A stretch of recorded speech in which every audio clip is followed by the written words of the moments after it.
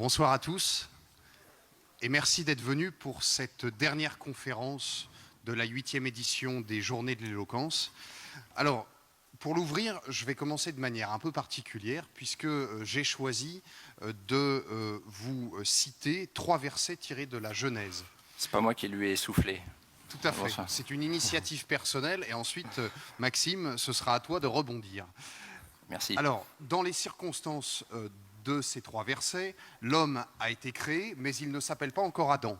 Il vient d'être placé par Dieu dans le jardin d'Éden pour qu'il le cultive et qu'il le garde. La femme n'a pas encore été formée à partir d'une côte de l'homme. Le verset 18. Dieu dit, « Il n'est pas bon que l'homme soit seul. Je lui ferai une aide qui soit son vis-à-vis. » Verset 19. Dieu façonna à partir de la terre tous les animaux sauvages et tous les oiseaux du ciel, puis il les fit venir pour voir comment il les appellerait. Il voulait que tout être vivant porte le nom que l'homme lui donnerait. Verset 20. L'homme donna des noms à tout le bétail, aux oiseaux du ciel et à tous les animaux sauvages. Mais pour lui-même, il ne trouva pas d'aide qui soit son vis-à-vis. Ainsi, Dieu, dès la jeunesse du monde, s'il est le créateur de toutes choses, est aussi celui qui délègue à l'homme la responsabilité de nommer. Il présente à l'homme chacun des animaux présents sur terre pour que l'homme leur donne un nom. L'action de nommer, si elle est comprise comme un acte de domination dans la Genèse, peut également être comprise comme un acte de reconnaissance. Nommer, c'est désigner, c'est ranger, c'est cataloguer. Fondamentalement, nommer, c'est comprendre. Le sujet de cette dernière conférence s'y rapporte. Il s'agit de savoir comment on peut comprendre et classifier les animaux. Et c'est pourquoi nous avons choisi comme titre « Faut-il mettre les animaux en case ?» Aujourd'hui, Adam s'appelle Maxime Hervé. Je sais pas comment je dois le prendre. Comme le premier homme que vous êtes. Il est maître de conférences en biologie animale à l'Université de Rennes. Il est rattaché à l'Institut de génétique, environnement et protection des plantes. Il est spécialiste de l'écologie chimique des interactions plantes-insectes. Et il est l'auteur, avec Denis Poinceau, de l'évolution des espèces, paru chez Apogée en 2013, et plus récemment, en 2020, de Systématique animale, paru, et alors là je vais me tromper sur la façon de le dire, aux éditions de Boeck. Alors, soit on dit de Buck, soit on dit de Book, ça dépend des gens. Mais alors, de Boeck, non.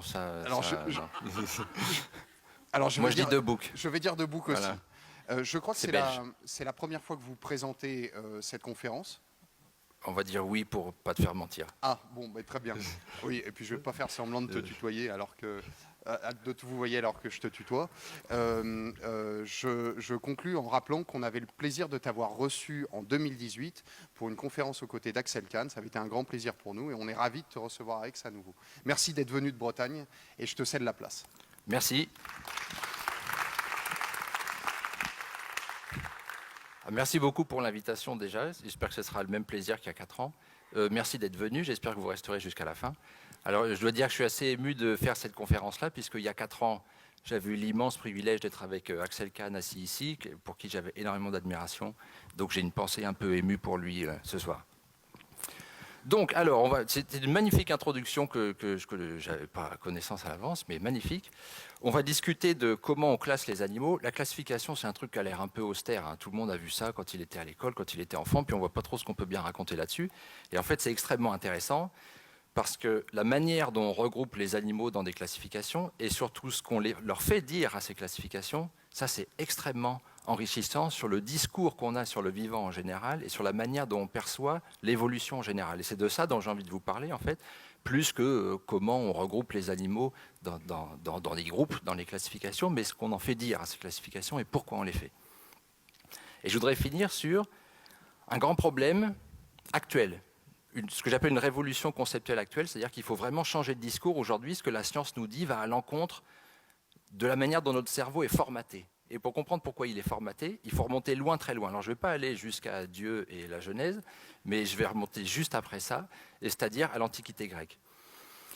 La première personne qui a produit des classifications, alors qui ont eu une influence sur celle d'aujourd'hui, je ne sais pas si c'est fait dans d'autres civilisations, mais il est vrai que ce qu'on fait aujourd'hui a été influencé en premier lieu parce qu'on fait les Grecs, puis après les Romains. La première classification des animaux, elle a été proposée par Aristote, donc c'est 4e siècle avant notre ère. Aristote, il a fait 10 groupes d'animaux. Alors je vais vous les montrer parce que la première influence d'Aristote, c'est qu'il a inventé des noms. Donc, nommer, c'est reconnaître des noms qu'on a gardés encore aujourd'hui. Donc il y a une trace encore aujourd'hui de termes qu'il a choisis lui-même.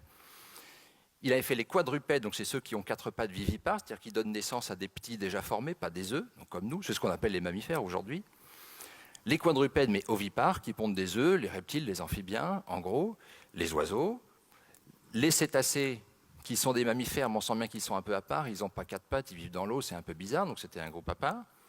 Les poissons, bien sûr. Les mollusques, lorsqu'il appelait, c'est lui qui a inventé le terme mollusque. Mollusque, dans sa tête, c'était vraiment ce qui est tout mou, donc pas de coquille ni rien, c'était les pieuvres, les sèches, les calmars et compagnie. Les malacostracés, alors ça on ne connaît peut-être pas dans le langage courant, même si on connaît tous des malacostracés, tout ce qu'on appelle une crevette, un homard, une langoustine, ça fait partie d'un groupe qu'on appelle encore aujourd'hui les malacostracés. Alors pourquoi ils s'appellent comme ça? C'est parce qu'ils sont mous, protégés par une coquille, donc à la différence des mollusques, mais cette coquille, elle n'est pas cassante. Alors il ne faut pas penser à un homard, mais elle n'est pas cassante, elle se déchire. Pensez à une crevette, c'est ça l'idée.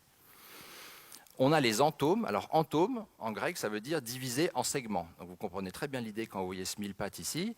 Donc on trouve là-dedans tous les insectes, les araignées, les scorpions, les mille-pattes, et puis aussi les lombriques et ce genre de choses qui sont divisées, si vous voyez, entre plein de petits segments. Je vous montrerai un magnifique lombric à la fin. Je vous préviendrai pour ceux qui ont des phobies des lombrics. Ça existe, ma femme est phobique des lombrics, c'est enregistré, il ne faut pas que je le dise. Alors, on a aussi les testacés qui sont aussi mous, mais eux, ils sont protégés par une coquille qui est très dure, qui casse. Donc c'est là-dedans qu'on retrouve les moules, les huîtres, les palourdes, mais aussi les oursins, mais aussi les escargots et ce genre de choses. Et puis enfin, un truc dont on ne sait pas trop quoi faire, c'est des animaux, mais ils ressemblent quand même furieusement à des plantes, d'où leur nom, les zoophytes. Zoo, c'est l'animal, et phyte, c'est la plante. Donc des trucs qui sont un petit peu intermédiaires entre des animaux et des plantes. Bon, dans tous ces noms-là, il y en a qui sont restés aujourd'hui, donc c'est la première influence d'Aristote. La deuxième influence d'Aristote, c'est dans pourquoi il a créé ces groupes-là. C'était quoi son objectif quand il a créé sa première classification? Eh bien, son objectif, c'était rien de plus, mais c'en est un, que d'être pratique. Son idée, c'était de décrire tous les animaux du monde. Il en a décrit à peu près 500, tous ceux qu'on connaissait à l'époque, y compris certains qu'il a découverts lui-même. Il voulait décrire tous ces animaux parce que ce qui l'intéressait, c'était de montrer à la fin l'harmonie du monde et de comprendre la finalité du monde. Eh bien, regrouper les animaux qui se ressemblent, c'était simplement le moyen de se faciliter un peu la tâche, au lieu de les décrire tous un par un, eh bien, de mettre ensemble tous ceux qui se ressemblent beaucoup, puis de les décrire une fois d'un coup. Mais c'était ça l'idée, d'être pratique. Alors ça paraît bête, mais c'est hyper important parce que ça va avoir une énorme influence sur des millénaires à suivre. Si on prend la suite directe d'Aristote en termes de classification des animaux, c'est Pline l'Ancien. Alors c'est celui qui est mort à l'éruption du Vésuve, lui, donc c'est 1er siècle de notre ère. Il est dans la pure tradition d'Aristote. Il décrit tous les animaux, organisés à peu près de la même manière. Alors c'est une très grande œuvre dans laquelle ce qu'on faisait, c'est qu'on ne faisait pas juste des classifications, mais on en profitait pour parler de tout ce qu'on sait sur ces animaux, leur mode de vie, où ils habitent, tout ce qu'on sait. Et Pline l'Ancien, il a écrit une œuvre monumentale qui s'appelle Histoire naturelle, qui contenait tout ce qu'un Romain cultivé de l'époque devait savoir. Donc ça faisait un paquet de choses, c'était 37 livres, il y avait 37 volumes. Il n'y avait pas que des animaux, bien sûr, sur ces 37 volumes, il y en a 4 sur les animaux. Mais c'est quand même une énorme masse de savoir. Toujours dans l'idée d'être pratique. Cette idée-là, de faire des classifications pour se simplifier la vie, on la retrouve encore au XVIe siècle, donc on est loin plus tard, chez un Suisse qui s'appelle Konrad Gessner, qui a écrit une œuvre monumentale qui s'étale sur 35 ans. 35 ans, il s'est arrêté quand il est mort, en fait, qui s'appelle Historiae Animalium, donc Histoire des animaux. C'est 6 volumes, il y en aurait eu plus s'il n'était pas mort, 6 volumes, 4000 pages, pas mal, et c'est pareil, on décrit tout ce qu'on sait. Chaque volume, c'est sur un groupe d'animaux, et pour en citer que 2, il y avait un volume sur les quadrupèdes vivipares, un volume sur les quadrupèdes ovipares. L'influence d'Aristote, elle est toujours là, alors qu'on est 2000 ans plus tard. Et puis au sein de ces volumes, les animaux étaient organisés comment? Par ordre alphabétique. Pourquoi? Parce que ça suffisait, c'était pratique, il n'y avait pas besoin de faire plus que ça, c'était pratique. Alors, ce qui est intéressant, c'est que c'est très richement illustré, ça, c'est très beau. J'ai eu la chance d'en voir un en vrai, mais les images, elles circulent facilement. Et puis, on voit aisément que dans ce genre de livre-là, on décrivait à la fois des animaux qu'on connaît réellement au quotidien, des animaux qui existent, mais dont on sent que l'auteur ne les a pas forcément vus de ses yeux. Il est un petit peu stylisé, le dromadaire ici. Et puis, des animaux qui carrément n'existent pas, mais dont on pense très sincèrement qu'ils existent, parce que leur observation a été rapportée d'ailleurs.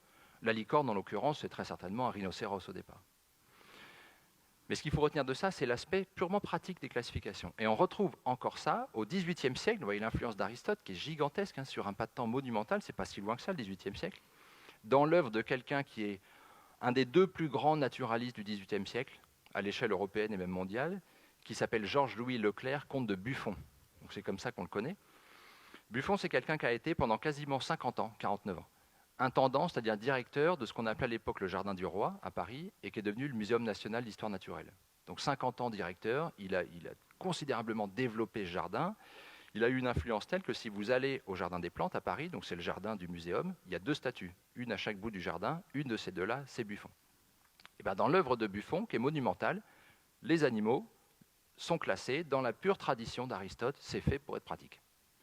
Il a écrit une œuvre gigantesque qui s'appelle Histoire naturelle, 37 volumes de son vivant, plus encore 8 après sa mort, c'est pas lui qui les a écrits. Sur ces 37 volumes, il y en a 21 sur les animaux.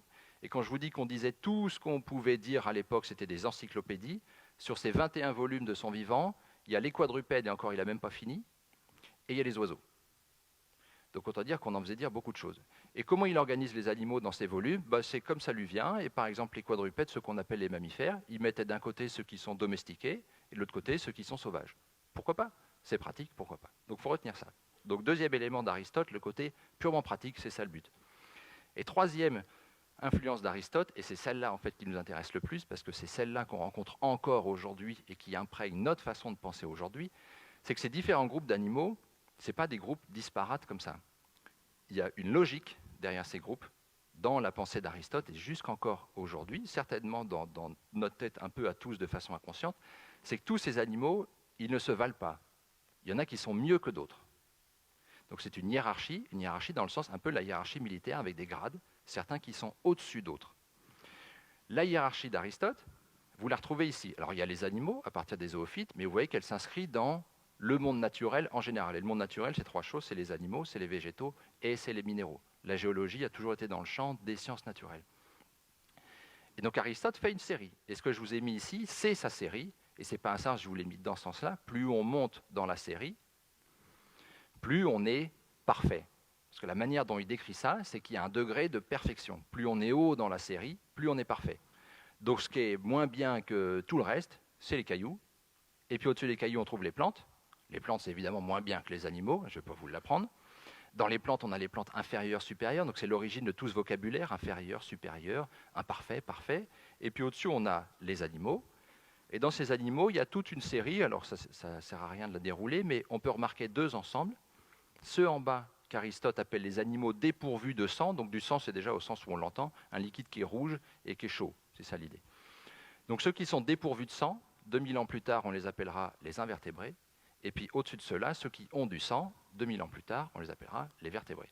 Donc il y a déjà cette logique que les vertébrés, c'est mieux que les invertébrés. Et si vous montez dans les vertébrés, qui on trouve en haut? Les mammifères. Qui on trouve tout en haut d'en haut? Évidemment, on trouve l'homme. Ça choquera personne. Alors sur quelle base il fait cette série-là? 2 choses. D'une part, la complexité morpho-anatomique, c'est-à-dire plus un animal est simple, imaginez un lombric, un ver, il n'y a pas grand-chose qui dépasse, plus il est bas dans la série, plus quelque chose est complexe, pas facile à définir complexe, dans le fond c'est plus il nous ressemble, hein. Plus c'est complexe, plus c'est haut dans la série. Et second élément, c'est ce qu'il appelle les pouvoirs de l'âme. Il y a un petit côté subjectif, mais en gros, des animaux qui sont capables d'apprentissage, ce genre de choses, forcément, ils sont mieux que ceux qui n'en sont pas capables. L'homme est tout en haut parce que c'est le seul qui a la faculté de raisonner. Et ça, c'est hyper important, c'est ce qu'il faut comprendre dans Aristote. Alors, ce n'est pas forcément la logique très, très, très linéaire là-dedans qu'il faut voir, c'est cette idée que tout le monde ne se vaut pas. Alors, si vous imaginez de l'évolution derrière, parce qu'on n'a pas de mal à imaginer, il n'y en a pas. Chez Aristote, il y a 0 évolution, aucun animal ne passe d'un groupe à un autre, tout ça c'est figé. Mais il n'empêche qu'on peut tout ordonner dans une série comme ça. C'est hyper important pour la suite. Ça, donc c'est 4e siècle avant notre ère. Je vous ai dit que ça allait avoir une influence phénoménale pendant très très très longtemps. On le retrouve au Moyen-Âge, donc bien plus tard, repris par les religieux, enfin en Europe en tout cas, ce qui s'est traduit par ce qu'on appelait en latin la scala naturae, c'est-à-dire l'échelle de la nature. Alors une traduction de l'anglais, les Anglais disent « the great chain of being », donc l'échelle des êtres, ou la chaîne des êtres. C'est exactement cette même idée d'une série, évidemment pas d'évolution là-dedans, mais d'une série linéaire avec les choses les moins parfaites en bas, et plus on monte dans la série, plus c'est parfait. On retrouve, donc ça c'est une des illustrations les plus célèbres de l'échelle de la nature, donc c'est 1305, c'est fait par un Mallorquin qui s'appelle Raymond Lull. Tout en bas, je vous le traduis, on a les cailloux, au-dessus on retrouve le feu, les plantes, les animaux, l'homme, toujours cette même logique. Alors au-dessus on a un truc que j'ai mis longtemps à comprendre, mais c'est une espèce de concept d'homme intelligent, et puis ce qu'a rajouté l'Église, parce que finalement la vision d'Aristote s'inscrivait très très bien dans le discours biblique, ce sont les anges au-dessus de l'homme et Dieu au-dessus des anges. Donc il faut retenir cette série comme ça, et toujours l'idée que tout ne se vaut pas. On va retrouver ça chez des naturalistes aussi, bien sûr. Là, on est au XVIIIe siècle, donc on est quand même 2000 ans après Aristote, plus de 2000 ans après Aristote. XVIIIe siècle, formalisé sous l'appellation échelle des êtres, mais je vous dis que c'était la même chose, dont Leibniz a été un grand théoricien. Et ici, vous avez la représentation la plus célèbre de l'échelle des êtres, en français en tout cas, qu'on doit à un naturaliste qui s'appelle Charles Bonnet. Alors je voulais couper en deux, mais en fait on démarre d'ici et on monte comme ça, et ensuite on monte ici. Tout en bas on retrouve le feu, l'air, l'eau, vous grimpez, les minéraux, vous arrivez aux pierres, vous arrivez aux lichens, aux plantes, vous avez compris l'idée. Ensuite on est globalement dans des animaux invertébrés, des insectes, des coquillages, puis on monte dans les vertébrés, les poissons, les oiseaux, les quadrupèdes, c'est-à-dire les mammifères, tout ce qui ressemble à des singes en haut, et bien sûr tout en haut il y a l'homme. Donc là c'est une échelle naturelle parce qu'on s'est débarrassé des anges et de Dieu, mais c'est toujours exactement la même idée d'une progression comme ça. Il n'y a toujours pas d'évolution, hein. Ni chez Leibniz, ni chez Bonnet, on ne change pas de barreau d'échelle. Mais tout le vivant, et même les pierres, tout le monde naturel peut être organisé sur une échelle. Ça veut dire que dès qu'on décrit une nouvelle roche, une nouvelle plante, un nouvel animal, eh ben, on peut l'intercaler dans l'échelle. Donc n'importe quoi est toujours un maillon entre deux autres maillons. Il y a cette idée que tout ne se vaut pas. Alors pour comprendre ce qui va suivre, il faut faire un petit détour par la botanique. Je ne suis pas sectaire. Je vous ai dit qu'en zoologie, donc chez les animaux, la logique globalement c'était d'être pratique. Pourquoi ? Parce que pendant très très très longtemps, jusqu'au 19e siècle, on avait l'impression que les animaux ils étaient beaucoup moins nombreux que les plantes. Ce qui n'est pas vrai, mais on ne connaissait pas la gigantesque diversité des insectes à l'époque, avant le 19e siècle. Les insectes qui sont, en termes d'espèces décrites, en tout cas peut-être pas en réalité, mais plus nombreux que les plantes à eux seuls. Donc on avait l'impression que les animaux étaient beaucoup moins nombreux que les plantes, qu'ils étaient beaucoup plus faciles à distinguer. Donc il n'y avait pas tellement de difficultés à reconnaître un animal. Et puis les botanistes avaient un problème, c'est que ce qui les intéressait surtout chez les plantes, c'était d'identifier les plantes médicinales et les plantes toxiques. Donc les botanistes, eux, leur classification de tout temps, depuis l'Antiquité, parce que ça a aussi commencé à l'Antiquité, elles n'avaient pas pour but d'être simplement pratique pour se faciliter la vie quand on décrit, mais elles avaient pour but premier de reconnaître les plantes. Pour ceux qui ont l'habitude d'utiliser une flore, par exemple, quand on se promène sur le terrain, c'était exactement ça l'idée. Reconnaître les plantes, avec comme premier impératif, reconnaître les plantes médicinales et les plantes toxiques, qui sont souvent les mêmes. Tout dépend de la dose. Et donc les botanistes, au cours des siècles, ont accumulé tout un tas de réflexions théoriques et de classifications sur les végétaux. Et puis au fur et à mesure du temps, là je vous ai mis quelques-uns qui sont marquants, mais en gros, entre le 16e et le 18e, ils ont accumulé des centaines de classifications différentes des plantes, qui n'étaient pas toutes les mêmes, parce que certains utilisaient l'allure générale pour classer, d'autres prenaient que les graines, ou que les fleurs, ou que les fruits, ou que les feuilles, ou que les racines, ou peu importe. Mais ce qui a été frappant, c'est qu'à la fin du XVIIe siècle, en gros, les botanistes se sont rendus compte que malgré que chacun prenne son petit critère pour classer, chacun y va de ce qu'il estime le plus pertinent, il y a des groupes de plantes sur lesquels on retombe un peu tout le temps. Quelle que soit la manière dont on s'y prend, on arrive toujours à mettre celles-ci ensemble, et celles-ci ensemble, et celles-ci ensemble. Et ces groupes de plantes, il y en a que vous connaissez, les trois plus célèbres, ce sont les crucifères, qu'on appelle aujourd'hui les brassicacées, donc le chou, le colza, le navet, le radis, le wasabi, le rutabaga, le réfort, etc.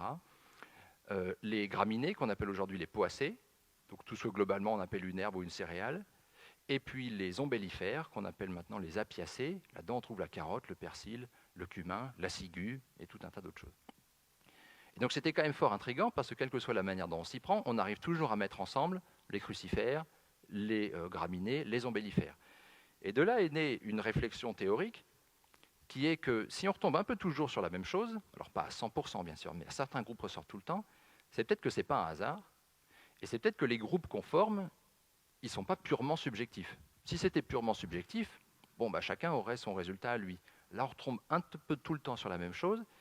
Ça veut sans doute dire que les affinités, on disait, entre les espèces, les ressemblances entre les plantes, elles ne sont pas simplement dans notre esprit, mais elles existent en vrai. C'est-à-dire qu'en vrai, dans la nature, il y a ces plantes-là qui se ressemblent plus, ces plantes-là qui se ressemblent plus. Ce qu'il faut comprendre, c'est que c'est objectif. C'est ce qu'on a appelé l'ordre naturel. l'ordre naturel, il y a un ordre dans la nature, il y a vraiment des choses qui se ressemblent plus que d'autres. Et ça, cette prise de conscience qui date en gros de fin 17e, début 18e, ça a été fondamental parce que ça a changé l'objectif chez les botanistes. L'objectif n'était plus seulement d'identifier les plantes, mais l'objectif s'est mis à devenir révéler l'ordre naturel.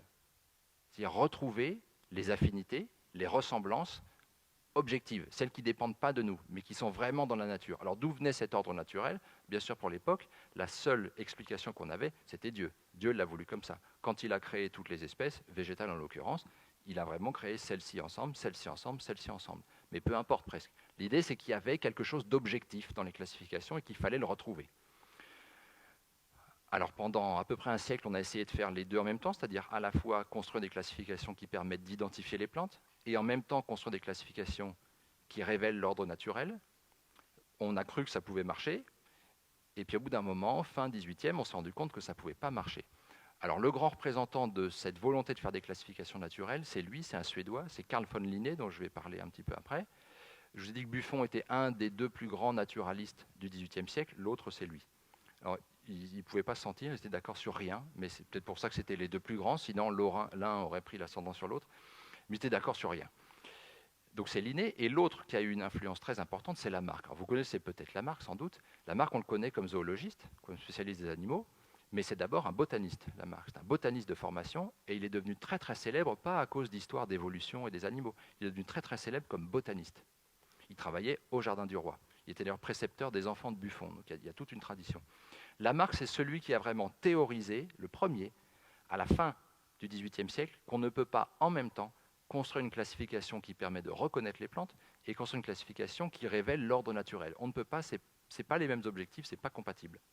Donc c'est en gros à partir de lui, je caricature un petit peu, mais à partir de lui que progressivement, les flores, si vous voulez, ont eu comme unique objectif de reconnaître les plantes, peu importe l'ordre naturel, et les classifications ont eu comme unique objectif de révéler l'ordre dans la nature. Donc ça, c'est un mouvement qui a démarré chez les botanistes, mais qui assez rapidement s'est étendu à la zoologie, aux animaux. Et celui qui a fait la transition, la première vers la zoologie, eh ben c'est lui, c'est Linné, qui est un botaniste, indiscutablement. Mais Linné était un fou furieux de classification, il a dédié sa vie à la classification. Il avait une formule que j'aime bien citer, qui donne un peu l'esprit du personnage, mais c'est peut-être l'époque qu'il voulait. Il était très croyant, comme tout le monde, et il disait « Dieu a créé, Linné a organisé ». Vous voyez l'idée? C'était son challenge. Bien sûr, c'était un spécialiste des plantes, mais il a aussi cherché à construire le système. Le système, c'est l'ancien nom des classifications, donc la classification naturelle des animaux. Et la première classification, qui se veut naturelle, parce que tout ça, c'est que des hypothèses. L'ordre de la nature, personne ne le connaît. Tout ça, ce ne sont que des hypothèses. La première classification naturelle des animaux, c'est... Ah, dommage, ça passe pas bien. C'est magnifique, j'en aurais la larme aux yeux quand je vois ce document. C'est un document qui date de 1735, c'est 2 pages, alors 2 grandes pages, mais c'est 2 pages. C'est la première édition de l'ouvrage le plus célèbre de Linné, qui s'appelle Systema Naturae, ça veut dire le système de la nature, ce qu'il faut comprendre comme la classification naturelle. Ça fait 12 pages. Pour appréhender le monde entier, c'est pas énorme. 12 pages, dont une page de titre, et puis après, en gros, 3 pages sur les cailloux, 3 pages sur les végétaux, 3 pages sur les animaux. Il y a 3 pages sur les animaux, dont une page de généralité, et tout est dans ces 2 pages-là. Alors on ne voit pas très bien, mais ce n'est pas grave. Vous voyez ici qu'il y a 6 groupes. C'est la seule chose qu'il faut voir à peu près. Il y a 6 groupes. Ce sont les groupes naturels d'après Linné. Bien sûr, il y a des subdivisions en dessous. On reconnaît des termes qu'on trouvait déjà chez Aristote, même si Aristote écrivait en grec et Linné écrit en latin, comme tous les Européens, enfin les savants européens de l'époque. On trouve les quadrupèdes, c'est-à-dire les mammifères, les oiseaux. Alors ce qu'il appelait les amphibiens, qui contient à la fois les amphibiens et les reptiles, dans le langage courant, des choses qui vivent, des animaux à la fois dans l'eau et sur terre, les poissons, les insectes et les vers. Alors ça, c'est un espèce de grand fourre-tout, c'est tout ce qu'on n'arrive pas à mettre ailleurs. Les insectes, c'est intéressant parce que insecte, c'est un terme qu'on n'a pas encore rencontré, enfin pas comme ça, parce que les entomes d'Aristote, ça voulait dire exactement pareil. Entome, c'est coupé en segments, insecte, c'est sectionné, coupé en segments. C'est ce qu'a donné sécateur. Et c'est pour cette raison que quand on étudie les insectes, on est un entomologiste. Moi, je suis un entomologiste. Ça vient là, c'est exactement le même mot, mais sauf qu'il y en a un qui vient du grec et l'autre qui vient du latin. Mais ils veulent dire la même chose. Donc c'est tout ce qui est découpé en segments. Donc ça, c'est hyper important. Alors, il a continué cette œuvre-là toute sa vie. C'est 1735, la première édition. Il est mort en 1770. La dernière édition, elle est parue après sa mort, c'est la 13e. C'est 3000 pages en 3 volumes. Donc ça, c'était vraiment que le point de départ. Mais historiquement, c'est la première classification naturelle des animaux. Bon, Linné a eu le mérite de faire la première. C'est pas tellement lui qui a développé ça chez les animaux. Après, il était surtout spécialiste des plantes. Ceux qui ont développé la classification naturelle des animaux, celle qui révèle l'ordre dans la nature, c'est ces deux-là. Un qu'on a déjà vu, Lamarck, qui entre-temps est passé chez les animaux, et un autre que vous connaissez peut-être, qui s'appelle Georges Cuvier. Alors, les deux travaillaient au Jardin des Plantes, à Paris, enfin au Jardin du Roi. À la Révolution, le Jardin du Roi, il a été dissous, ça ne faisait pas terrible, donc le Jardin du Roi est dissous, et en 1793, immédiatement, une nouvelle institution est créée qui s'appelle le Muséum national d'histoire naturelle. Alors évidemment, tous ceux qui avaient un poste dirigeant sont un peu mis dehors, et les chaires de professeurs sont attribuées à d'autres personnes, et dès l'ouverture du muséum, Lamarck, qui est un botaniste, se voit refiler une chaire dont personne ne veut, qui s'appelle la chaire des insectes, des vers et des animaux microscopiques. Ça vous fait peut-être pas rêver, ça faisait rêver personne non plus. Donc il n'y connaît rien, mais il prend quand même le truc, en gros c'est les invertébrés, il prend le truc et il devient en quelques années le maître des invertébrés. Un immense spécialiste, et c'est comme ça qu'on le connaît aujourd'hui, on considère comme fondateur de la paléontologie des invertébrés par exemple. En parallèle, Georges Cuvier, qui quelques années après, mais ils sont contemporains, va devenir aussi professeur au Muséum national d'histoire naturelle, lui c'est un spécialiste des vertébrés. Alors pas que, mais sa grande spécialité c'est les vertébrés, et en miroir, lui il est considéré comme le fondateur de la paléontologie des vertébrés. Alors quand on les connaît pour des histoires d'évolution, parce que Lamarck était le premier grand défendeur d'une théorie de l'évolution, qui n'a pas donné grand-chose aujourd'hui, mais qui avait le mérite d'être formalisé, et Cuvier était un opposant très très très farouche à l'idée d'évolution. C'est comme ça qu'on les connaît pour ce débat qui a été assez violent. Mais avant de se confronter sur ces idées-là, ils ont vraiment travaillé ensemble sur la classification des animaux, ce dont on s'occupe là. Donc ils ont travaillé ensemble, ils ont défini des nouveaux groupes ensemble, et c'est vraiment ensemble, de concert, ils travaillaient au même endroit, qu'ils ont vraiment développé le système de Linné, dont ils étaient tous les deux de grands admirateurs, pour aboutir à quelque chose de beaucoup plus riche, parce que c'était un petit peu simpliste le système de Linné. Là, vous avez un exemple qui est tiré de ce qu'on trouve chez Cuvier, mais on trouverait à peu près la même chose chez Lamarck. Vous avez ici les 6 groupes dont je vous parlais chez Linné, et puis vous avez ici les groupes qui sont formés chez Cuvier, mais on retrouve à peu près les mêmes chez Lamarck. On voit apparaître le nom vertébré, c'est Lamarck qui a inventé les termes vertébrés et invertébrés, c'est à lui qu'on les doit. Les annélides, c'est là-dedans qu'on trouve les lombriques, par exemple, c'est un groupe qu'on doit à ces deux-là. Les crustacés, c'est aussi un groupe qu'on doit à ces deux-là. Les arachnides, c'est-à-dire les araignées, les scorpions et ce genre de choses, c'est aussi un groupe qu'on doit à ces deux-là. Tout comme tout un tas de groupes de mollusques, tout comme les échinodermes, c'est les oursins, les étoiles de mer, les concombres de mer, etc. Et puis tout un tas d'autres choses. Donc ce qu'il faut retenir, ce n'est pas les noms de ces groupes, c'est qu'ils ont vraiment travaillé ensemble et que c'est vraiment eux qui, au début du 19e siècle, ont énormément développé la classification naturelle des animaux. Donc ça, c'est pour l'objectif. Reste cette idée de progression. Et bien, la progression, elle est toujours dans l'esprit de tout le monde, le fait que tout le monde ne se vaut pas. Alors chez Cuvier, c'est assez étrange. Il est totalement opposé à l'idée d'évolution, il le sera toute sa vie. Même après sa mort, il s'arrangera pour placer des gens au poste clé, dont son frère, qui permettront de faire de la France un pays très en retard scientifiquement jusqu'aux années 1870, du point de vue de la théorie de l'évolution. On sera bien plus en retard que les Anglais ou les Allemands, par exemple, de ce point de vue-là. C'est l'influence de Cuvier, mais peu importe. Cuvier, il rejette l'idée de degré de perfection, parce que par principe, et il a des bonnes raisons de développer ça, tous les animaux sont parfaits. Ils sont tous parfaitement faits. Donc il ne peut pas y avoir certains qui sont parfaits et d'autres qui ne le sont pas, ils sont tous parfaits. Mais ce qui est assez intéressant, c'est quand on le lit, il écrit qu'il y en a qui sont plus parfaits que d'autres. Donc tout le monde est parfait, mais certains sont un peu plus parfaits que d'autres. Mais bon, passons. Ce qui est intéressant, c'est de voir ce qui se passe chez Lamarck, parce que Lamarck est le premier à développer une théorie de l'évolution, qui n'a pas grand-chose à voir avec celle d'aujourd'hui, mais c'est la première théorie qui a été vraiment proposée et vraiment argumentée, largement argumentée. Et comme je vous disais qu'il y avait 2 statues dans le Jardin des Plantes à Paris, il y a Buffon à un bout du jardin, il y a Lamarck à l'autre bout du jardin. Donc son influence a été énorme. C'est quoi le processus évolutif chez Lamarck ? Eh bien, quand vous avez en toile de fond l'idée que tout le monde ne se vaut pas et qu'on peut faire des séries comme ça, avec certains qui sont plus parfaits que d'autres, c'est assez logique de mettre l'évolution là-dedans. Vous prenez l'échelle des êtres. Ben, le passage à l'idée d'évolution, il est assez simple. L'évolution, c'est monter dans l'échelle des êtres. C'est passer d'un barreau au barreau supérieur. C'est exactement ce qu'on trouve chez Lamarck. Donc l'influence d'Aristote est encore phénoménale dans la pensée de Lamarck et elle va imprégner les premiers écrits évolutionnistes. Là, vous avez un extrait du livre le plus célèbre de Lamarck, qui s'appelle Philosophie zoologique, c'est 1809. Le départ de la série, c'est ici. On commence par les choses les plus simples, les vers. Et puis l'évolution, c'est quoi ? C'est le fait de suivre des chemins qui sont tout tracés, ils sont en pointillés, mais ils sont tout tracés, qui nous fait passer d'un groupe à l'autre. Et c'est ça l'évolution. Et quand on va tout au bout, tout ça, c'est les mammifères. C'est toujours la même idée, hein, la série est toujours la même. Alors, ce n'est pas totalement linéaire, c'est un tout petit peu ramifié par endroits, mais ce qui compte le plus, ce n'est pas l'idée de linéarité, c'est l'idée que l'évolution, finalement, c'est un progrès. Donc, Aristote a apporté l'idée que tout le monde ne se vaut pas, Lamarck apporte l'idée d'évolution. Quand on met les deux ensemble, ça fait très, très, très logiquement l'évolution qui est vue comme un progrès. L'évolution, c'est progresser, c'est être de plus en plus évolué, de plus en plus parfait, d'un point de vue pratique, de plus en plus complexe.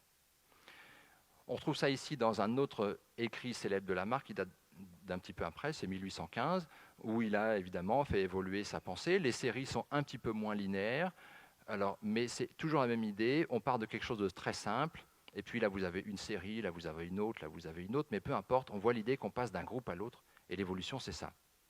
Et les plus parfaits, ce sont ceux-là. Donc il ne faut pas forcément comparer ces deux illustrations. C'est cette idée-là que l'évolution, c'est un progrès. Ça s'est imposé tout à fait naturellement. Quand vous avez tout ça en toile de fond, vous mettez tout ça ensemble, ça fait l'évolution comme un progrès.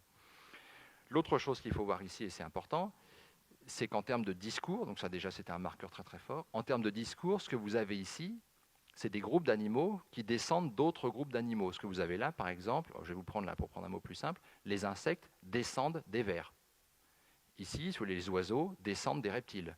Tout ça, c'est des mammifères. Les mammifères descendent des reptiles. Ça, c'est un autre marqueur important en termes de discours, et j'y reviendrai plusieurs fois dans la suite, parce qu'aujourd'hui, il y a des choses à faire à propos de ça.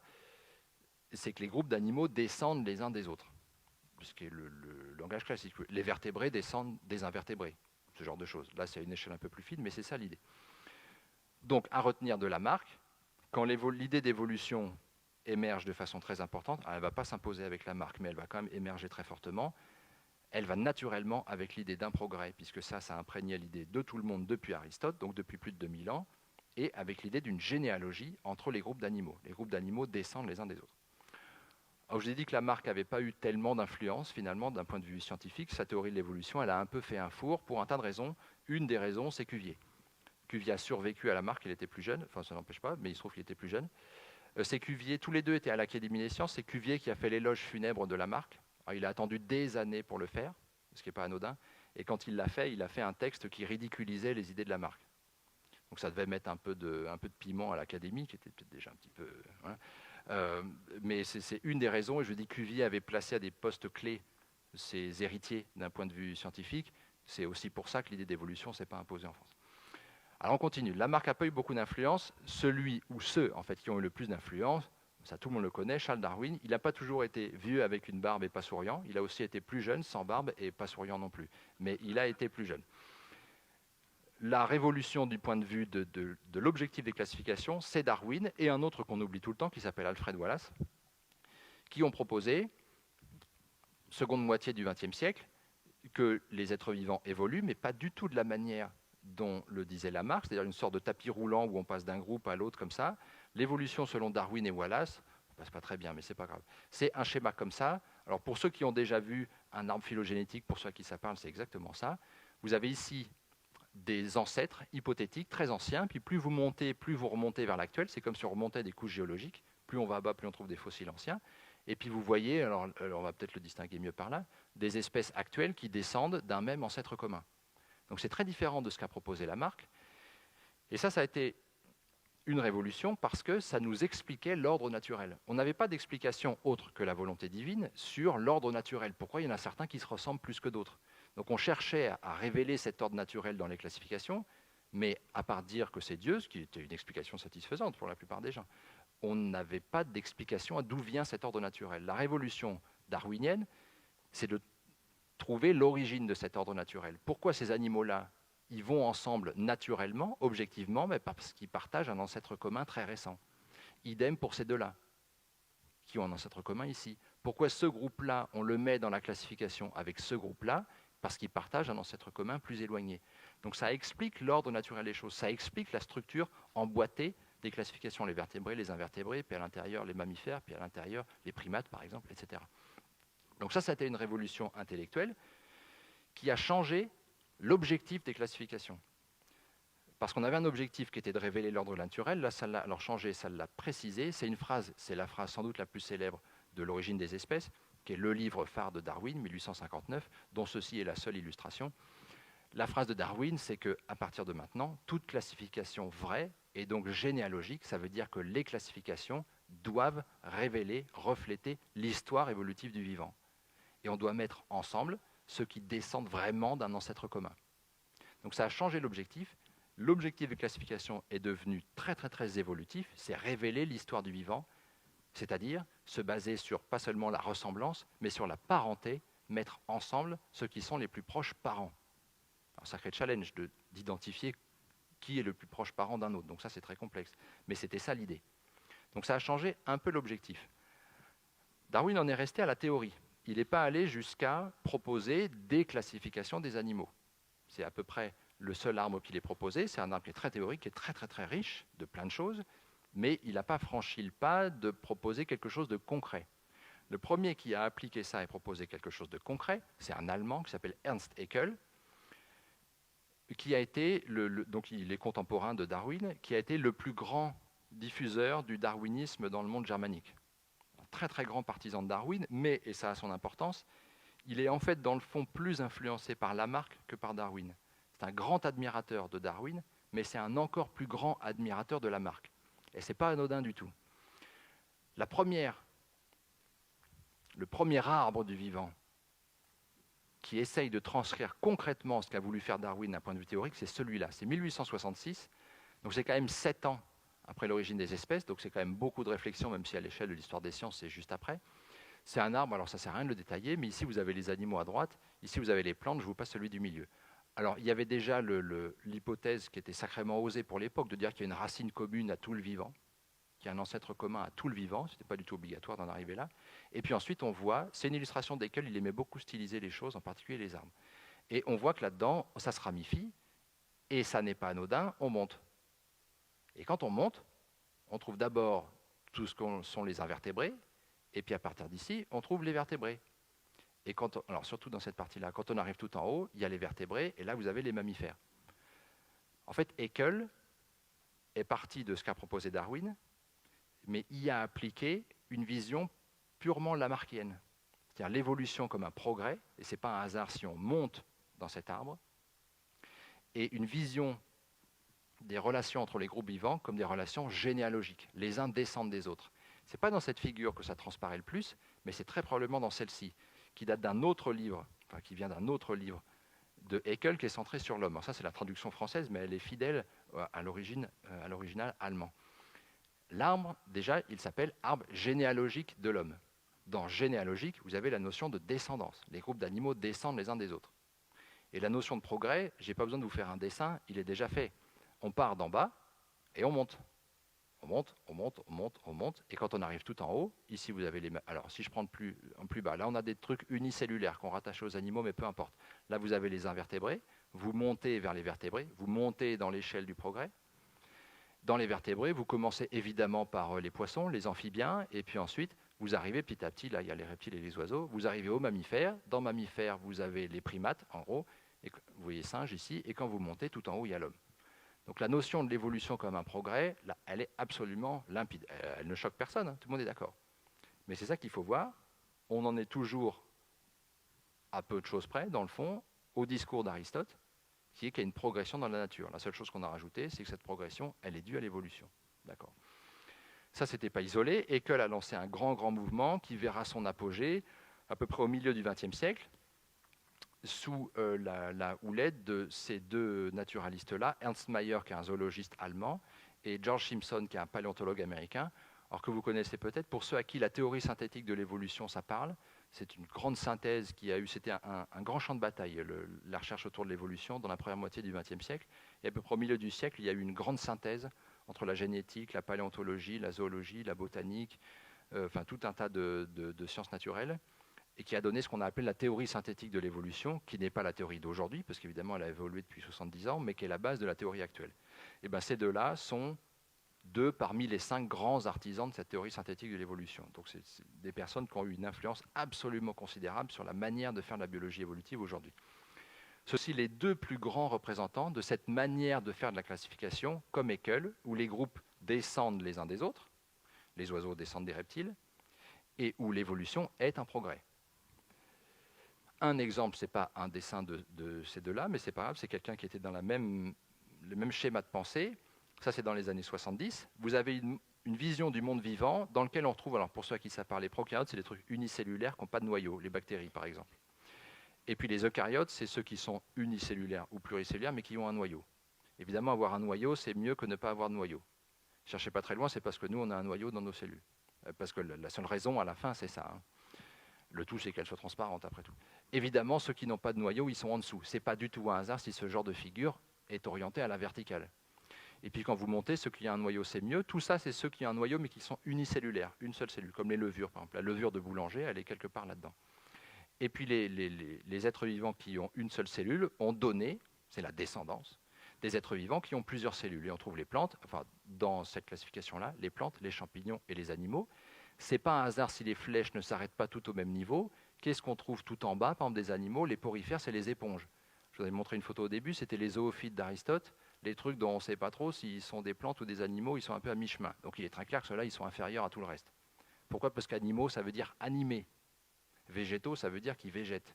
Un animal qui ne bouge pas, comme une éponge, alors à l'échelle microscopique, ça bouge, mais ce n'est pas flagrant, je vous l'accorde, quand on la regarde. Vous pouvez rester longtemps assis devant, ça ne va pas bouger beaucoup.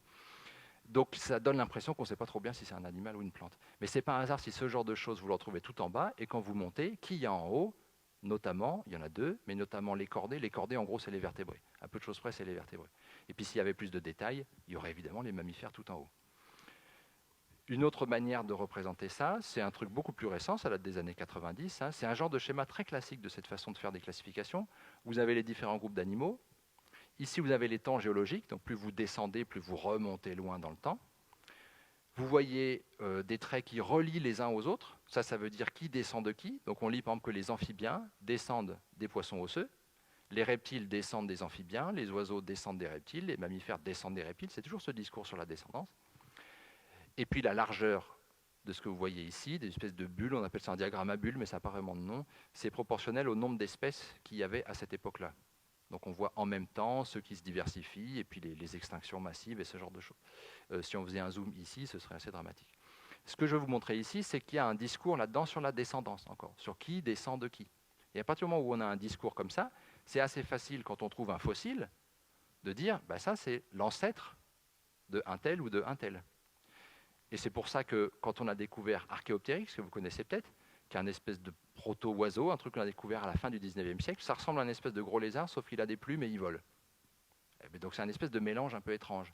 Et quand vous avez un discours comme ça sur la descendance, sur la généalogie, la conclusion est assez facile, c'est que Archaeopteryx, c'est le chaînon manquant entre les reptiles et les oiseaux. Il a des dents, il a des griffes, il a une queue, c'est des caractères de reptile. Il a des plumes, il vole, il a un bec, c'est des caractères d'oiseau. C'est le chaînon manquant entre les reptiles et les oiseaux. Ça, cette notion de chaînon manquant, elle vient directement du discours sur la descendance, la généalogie. Et puis quand on met ensemble généalogie et progrès, ça donne ça. C'est une figure qu'on doit à un des autres grands artisans de la théorie synthétique de l'évolution. Alors elle est un peu complexe, mais là-dedans on voit tout. On va commencer au poisson osseux, je vais vous passer ceux-là que vous ne connaissez peut-être pas. Si vous connaissez, bravo, vous avez des bons restes en zoologie. On va partir des poissons osseux ici. Ce que vous voyez par la flèche là, c'est que les poissons osseux ont donné les amphibiens, donc les grenouilles, les tritons, les salamandres, etc. Donc c'est un discours sur la descendance. Tous les poissons, alors quand on dit poissons osseux, c'est à peu près tous les poissons auxquels vous pouvez penser, sauf les requins et les raies. Mais c'est à peu près tout le reste. Donc on voit ici que les poissons ont donné les amphibiens. Alors pas tous les poissons, sinon il n'y en aurait plus. Donc il y a aussi une grosse partie des poissons qui est restée les poissons. Mais les amphibiens, c'est mieux que les poissons. C'est plus évolué que les poissons. C'est supérieur aux poissons. Pourquoi? Parce que les poissons, ils sont restreints à vivre dans l'eau. Alors que les amphibiens, ils sont amphibies, d'où leur nom. Ils vivent dans l'eau et sur terre. Et c'est évidemment mieux de vivre sur terre que dans l'eau. Je ne sais pas pourquoi, c'est parce qu'on vit sur terre. C'est toujours pareil. Vivre sur terre, c'est mieux que vivre dans l'eau. Donc comme les amphibiens sont supérieurs aux poissons, les amphibiens sont au-dessus des poissons. C'est cette notion de grade. Un grade, c'est un groupe, mais en même temps, ça porte l'idée de niveau sur l'échelle du progrès. Ça, c'est une échelle du progrès. Les amphibiens ont donné les reptiles, vous avez compris, donc c'est la descendance, mais les reptiles, c'est supérieur aux amphibiens, parce qu'eux, ils n'ont pas besoin forcément de vivre dans l'eau. Ils peuvent pondre leurs œufs sur terre. Les grenouilles, elles ne peuvent pas pondre leurs œufs sur terre. Et donc, plus on vit sur terre, mieux, plus on est évolué. Donc, les reptiles sont au-dessus. Et puis, on voit à la fin, je vous passe ce terme, que les oiseaux et les mammifères descendent des reptiles, mais ils sont supérieurs aux reptiles. Alors, les mammifères ne sont pas supérieurs aux oiseaux dans ce schéma-là. Si on pousse un peu le raisonnement, bien sûr, ils y seraient. Donc là, quand vous avez ça, vous avez tout compris.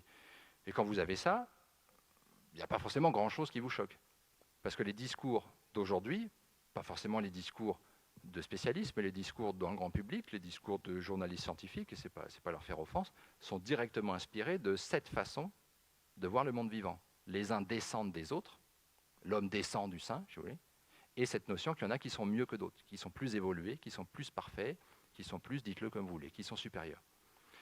Bon, là où je voulais en venir, c'est que tout ça, on est un peu forcé de le remettre en question, pour tout un tas de raisons.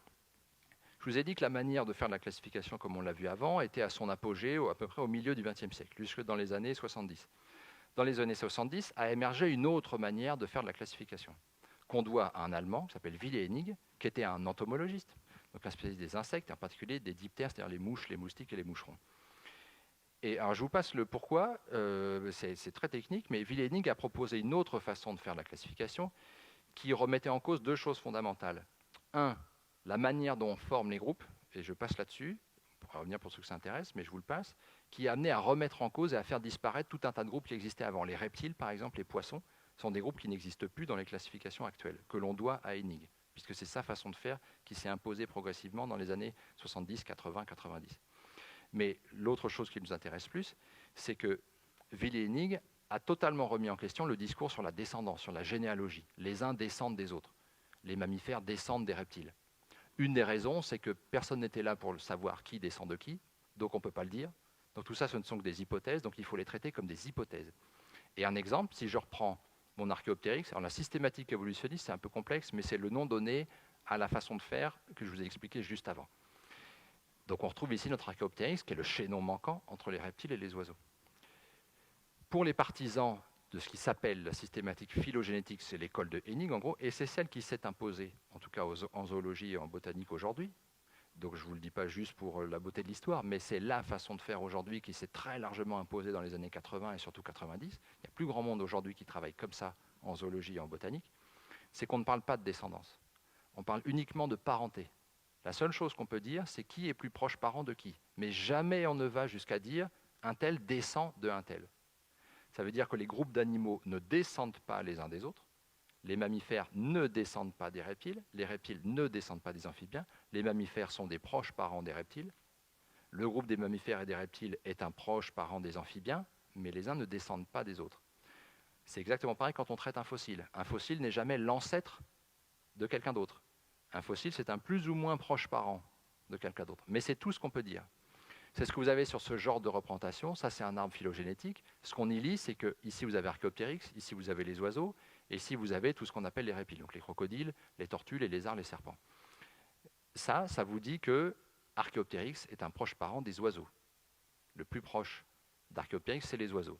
Donc là, vous avez l'ancêtre commun d'Archaeopteryx et des oiseaux. Quand vous remontez dans le temps, vous arrivez en gros à un ancêtre commun qui est ici, à la fois à tous les reptiles, Archaeopteryx et aux oiseaux. Mais là, il n'y a pas de chaînon manquant.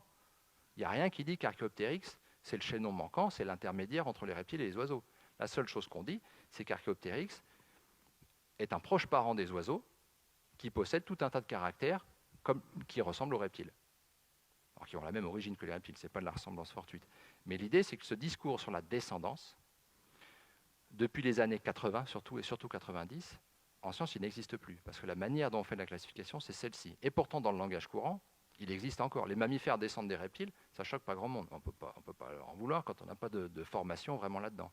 Mais d'un point de vue scientifique, on a dépassé ça depuis quelques décennies. Mais ça n'infuse pas en dehors du monde des spécialistes. Mais ça, c'est pas le pire, parce que pour me dire, c'est la pinaillerie de langage. Il y a bien pire que ça. J'en viens à ce que j'expliquais au début, c'est ce que j'ai appelé un peu la révolution conceptuelle. Il faut changer notre façon de penser, et il faut aller au-delà de la manière dont notre cerveau est formaté depuis Aristote. Depuis Aristote, les caractères qu'on utilise pour construire des classifications, il y en a deux types. Ce sont les caractères morphologiques, ce qu'on voit à l'extérieur. Il y a des pattes, il n'y a pas de pattes, il y a des ailes, il y a des plumes, il y a des poils, etc. Ce qu'on voit à l'extérieur. Et les caractères anatomiques, c'est-à-dire ce qu'on voit à l'intérieur. Et en particulier, chez les vertébrés, le squelette, c'est extrêmement riche d'enseignements. Donc c'est ça qu'il faut retenir. Depuis Aristote, jusque dans les années 1990, à peu près, 80 et surtout 90, on a construit les classifications essentiellement sur des bases morpho-anatomiques. Pas parce qu'on ne voulait pas faire autrement, mais c'est ça qu'on avait sous la main. Ça a amené à construire des groupes, tous ceux dont on a discuté, et puis évidemment un tas d'autres, et à établir des relations de parenté entre ces groupes.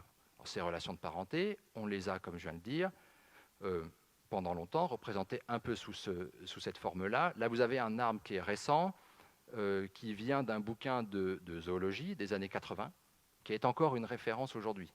Mais quand on dit années 80 en sciences des classifications, il faut tout de suite se dire, okay, c'est peut-être pas la façon de faire d'aujourd'hui. Et en l'occurrence, non, parce que cet arbre-là, je n'ai pas besoin de vous le décrire, mais il fait furieusement penser aux arbres d'Haeckel. C'est un arbre qui monte, et quand on monte, évidemment, qui on a tout en haut? Les mammifères et les oiseaux. On part des choses les plus simples, on monte vers les invertébrés, on monte vers les vertébrés. Dans les vertébrés, vous retrouvez les poissons, batraciens, c'est-à-dire les amphibiens, les reptiles, les mammifères, les oiseaux. Bon, ça, c'était la vision classique. Ça, on l'a oublié, mais ce n'est pas parce qu'on a changé la façon de parler qu'on n'a plus travaillé sur des caractères morpho-anatomiques. C'est ce qu'on avait à notre disposition. La manière moderne dont on représente les choses, c'est un peu violent, on ne va pas rentrer là-dedans, mais c'est un peu violent, mais c'est ça. Ça, c'est ce que je montre en cours à mes étudiants. Alors, petit à petit, sinon ils font une syncope, mais c'est ce que je montre petit à petit à mes étudiants. Ce qu'il faut voir, c'est que tous les groupes d'animaux dont on parle, ici, ils ne sont pas organisés sur un arbre où les uns descendent des autres. Ils sont juste plus ou moins proches parents. Vous voyez ici le coup des crocodiles qui sont proches des oiseaux. C'est ce genre de choses qu'on voit. On ne voit que des relations de parenté. On ne voit pas de descendance entre les groupes. Les noms que vous voyez ici, mais peu importe, on ne va pas rentrer dedans, c'est juste des groupes plus larges. Mais en aucun cas là-dedans, vous lisez que les mammifères descendent des reptiles, les reptiles descendent des amphibiens. Mais bref, ce n'est pas là que je vais en venir. Là où je veux en venir, c'est que même si on a changé de discours sur la généalogie et qu'on ne parle que de parenté et pas de descendance, il reste qu'on a toujours travaillé sur ce type de caractères, les caractères morpho-anatomiques. Tant qu'on a travaillé sur ce type de caractères, on a toujours construit des classifications qui allaient dans le sens de mettre ensemble ceux qui sont les plus simples et de mettre ensemble ceux qui sont les plus complexes. Donc on n'a pas tellement remis en cause, même si on a changé le discours, les groupes que vous voyez ici sont essentiellement les mêmes qu'il y avait à la fin du XIXe siècle. On n'a pas remis en cause ces groupes.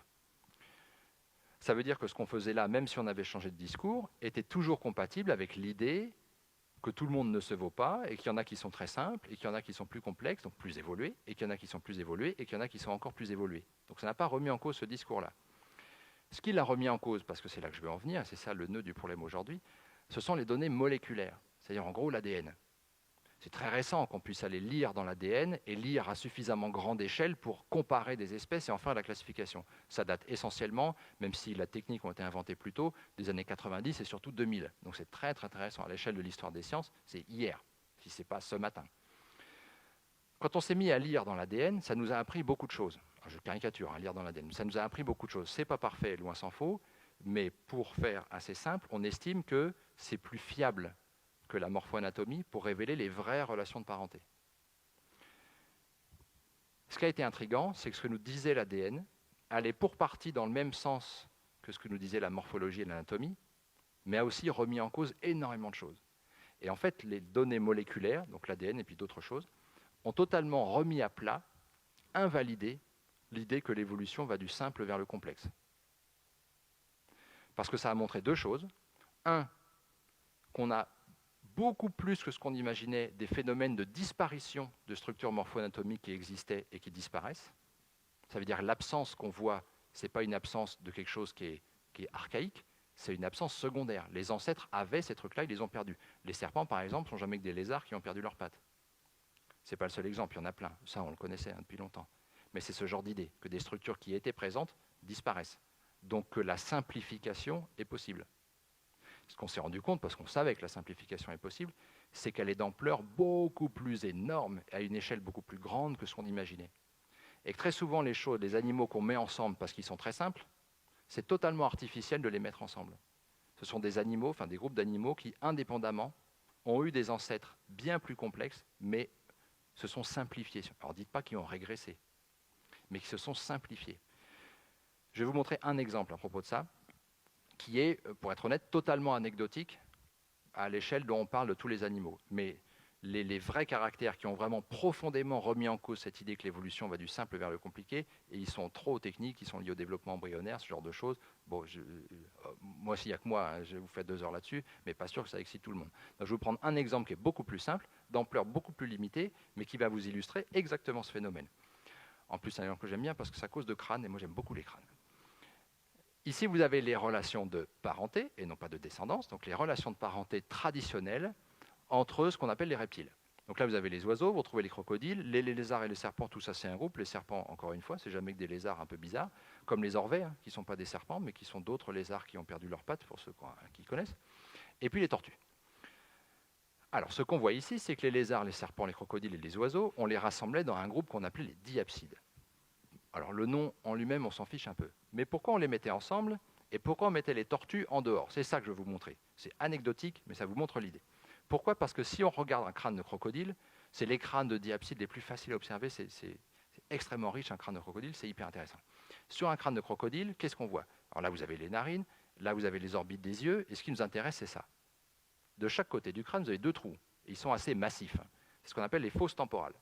Alors un trou dans un crâne, ne cherchez pas, il y passe des muscles, des tendons, des nerfs, des vaisseaux. Il y passe des choses. Ce qu'il faut voir, c'est qu'il y a deux trous, un trou au-dessus, un trou en dessous. Et de l'autre côté, évidemment, c'est pareil, puisque comme nous, ils sont symétriques, gauche-droite. Vous avez un autre trou au-dessus, un autre trou qui est par là qu'on ne voit pas bien. Ce qu'il faut retenir, c'est que de chaque côté du crâne, vous avez deux fosses temporales. C'est ce que veut dire diapside. Diapside, ça veut dire deux arches. Ce sont les deux fosses temporales. Les crocodiles ont ça, les lézards ont ça, les serpents ont ça, les oiseaux ont ça. C'est pour ça qu'on les mettait ensemble. Alors que les tortues, si on regarde un crâne de tortue, ici vous avez l'orbite de l'œil, donc il est vu de profil. Là vous voyez le bec, enfin le bec il est par-dessus. Et ici, vous ne voyez pas la moindre ombre d'un début de fosse temporale. Il y a 0 fosse temporale chez les tortues. Nous, on a aussi des fosses temporales. On en a une de chaque côté. Alors, ce n'est pas des gros trous comme ça, c'est beaucoup plus subtil, mais on en a aussi, mais peu importe. Sur un crâne de tortue, il n'y a pas de fosse temporale. Rien, pas une trace. Donc, assez logiquement, puisqu'on met ensemble ceux qui sont simples, on met ensemble ceux qui sont plus compliqués, les tortues, elles étaient mises en dehors des diapsides. Et donc, le discours logique, c'était les tortues étaient les moins évoluées des reptiles, les plus imparfaits. Ceux qui ont des fosses temporales, pour qui, pourquoi, sans doute parce qu'on en a nous-mêmes, ceux qui ont des fosses temporales sont plus évolués. D'accord, ça c'est le classique, depuis la fin du 19e siècle. La morphoanatomie, des fosses temporales, mais tout un tas d'autres choses, nous disait ça, et il n'y avait personne pour remettre en cause ça. Autour des années 2010, c'est extrêmement récent, les données moléculaires se sont mises à montrer, donc l'ADN, autre chose. Les données moléculaires, elles ont montré ça. Elles ont montré que les tortues, elles sont plus proches des crocodiles et des oiseaux que de tout le reste. C'est-à-dire que les crocodiles, ils sont plus proches des tortues que des lézards et des serpents. Vous voyez l'idée, les tortues, c'est comme si elles étaient rentrées dans les diapsides. L'ADN, il a montré ça. Et pas une fois, parce qu'une étude peut se tromper. Mais ce n'est pas parfait, l'ADN. Mais plein d'études ont montré ça. Alors ça pose question. Parce que les tortues, elles n'ont pas l'ombre d'un début de fosse temporale. Ça veut dire quoi? Ça voulait dire possiblement deux choses. Soit les lézards et les serpents, et les crocodiles et les oiseaux, ont acquis des fosses temporales totalement indépendamment, l'un de l'autre. Ce qui paraissait absolument improbable, parce que des structures aussi ressemblantes n'ont pas pu apparaître deux fois indépendamment. Ça paraissait impossible. L'autre explication, c'est que l'ancêtre commun des diapsides, donc de tous les reptiles et des oiseaux, avait des fosses temporales, et que les tortues ont perdu leurs fosses temporales. C'était l'autre explication. Il y avait que ces deux-là. Si l'ADN nous dit ça, il faut bien trouver une explication. La morphoanatomie, elle ne nous disait pas ça, mais l'ADN dit ça. Il faut bien trouver une explication. Ça paraissait totalement improbable que les tortues aient perdu leur fosse temporale. Il n'y a pas une trace, il n'y a rien qui fait penser qu'il y a pu en avoir. Donc là, vous voyez l'idée, c'est que les données moléculaires, elles remettent en cause un tas de choses, parce qu'elles changent l'arbre du vivant, l'arbre de parenté, et donc elles obligent à repenser tous les scénarios d'évolution de la morphologie et de l'anatomie. Et comprennent l'hypothèse que les fosses temporales sont apparues deux fois indépendamment, improbable, ou l'hypothèse que les tortues aient perdu leur fosse temporale, improbable. Dans les deux cas, ça va à l'encontre de l'idée que l'évolution va du simple vers le compliqué, et qu'une structure qui apparaît ne disparaît jamais, en gros. Je vous ai dit qu'il était anecdotique, l'exemple, mais il est plus profond que ça. Bon, et bien laquelle des deux options est la bonne? Parce qu'il y en a une des deux qui est la bonne. Et pourquoi on en est sûr? C'est parce qu'on a trouvé des fossiles qui nous donnent la réponse. 2015. C'est hier, si ce n'est pas en début d'après-midi. 2015, on trouve un fossile qui s'appelle Papochelys rosinae, qui date d'à peu près 240 millions d'années. Il est vieux, hein? Alors, c'est un tas de morceaux éclatés. Mais quand on le reconstitue, ce fossile, enfin pas moi, mais les auteurs de cette étude, ça donne, il n'y a pas de photo bien, mais un beau schéma qui est tiré de l'étude qui fait ce travail et qui a été validé par la suite. Ce n'était pas une hypothèse farfelue. On voit que sur ce crâne, il y a deux trous. Alors celui-là, il est ouvert en bas. Mais ça n'a rien de choquant. Les lézards et les serpents, ils ont aussi une fosse temporale qui est ouverte vers le bas. Ça n'a rien de choquant. Ce qu'on voit ici, c'est que ce fossile-là, qui n'est pas l'ancêtre des tortues, puisqu'on ne parle pas d'ancêtre quand on parle d'un fossile, mais qui est un très proche parent des tortues actuelles, eh ben, il avait 2 fosses temporales de chaque côté. Ce qui nous montre quoi? Que les tortues, elles ont bien perdu leur fosse temporale. Encore une fois, c'est anecdotique ça, les fosses temporales chez les tortues. Mais il y a d'autres caractères beaucoup plus importants et fondamentaux en termes de biologie des animaux qui suivent exactement la même chose. Donc on s'est rendu compte qu'un tas de bestioles qu'on mettait ensemble parce qu'elles sont très simples, donc ensuite le discours, celles-là, elles sont moins évoluées que les autres, et bien ça ne tenait pas, parce que ces bestioles qu'on met ensemble parce qu'elles sont très simples, bien souvent, ce sont des bestioles qui, totalement indépendamment, se sont simplifiées à partir d'ancêtres qui étaient bien plus complexes. Pensez aux serpents, mais c'est plus profond que ça.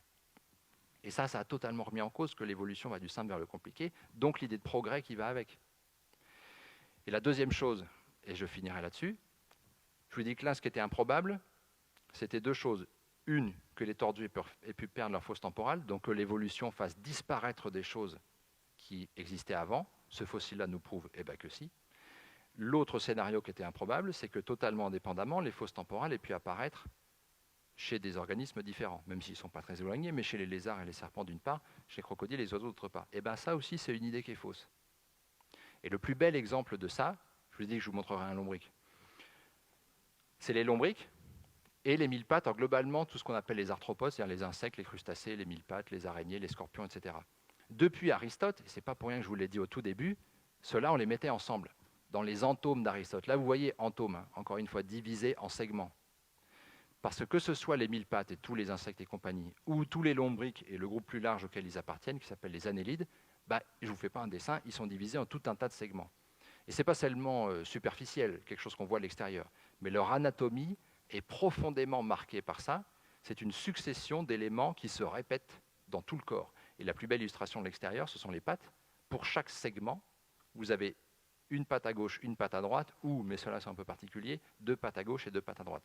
Donc vous avez comme ça des pattes qui se répètent sur chaque segment. Évidemment pas chez le lombric. Mais à l'intérieur, vous avez des structures anatomiques qui se répètent dans chaque segment.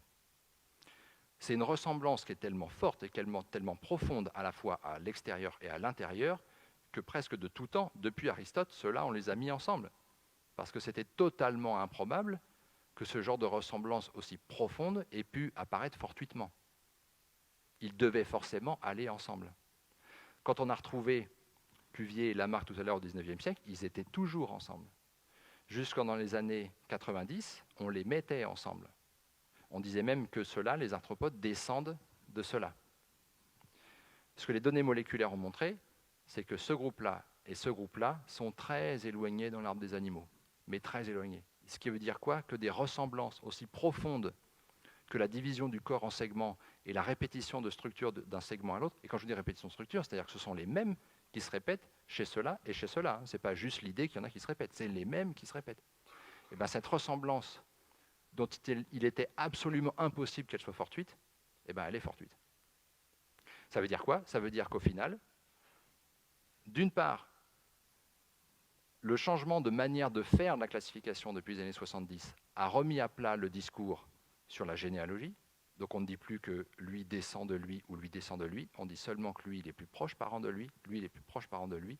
Mais depuis les années 90, la révolution qui est beaucoup plus profonde, et je n'ai pas besoin de vous dire qu'elle n'a pas du tout infusé dans le grand public, ni même dans une bonne partie de la communauté universitaire, ceux qui ne sont pas spécialistes, c'est que l'idée de l'évolution comme une complexification croissante, elle ne marche pas du tout.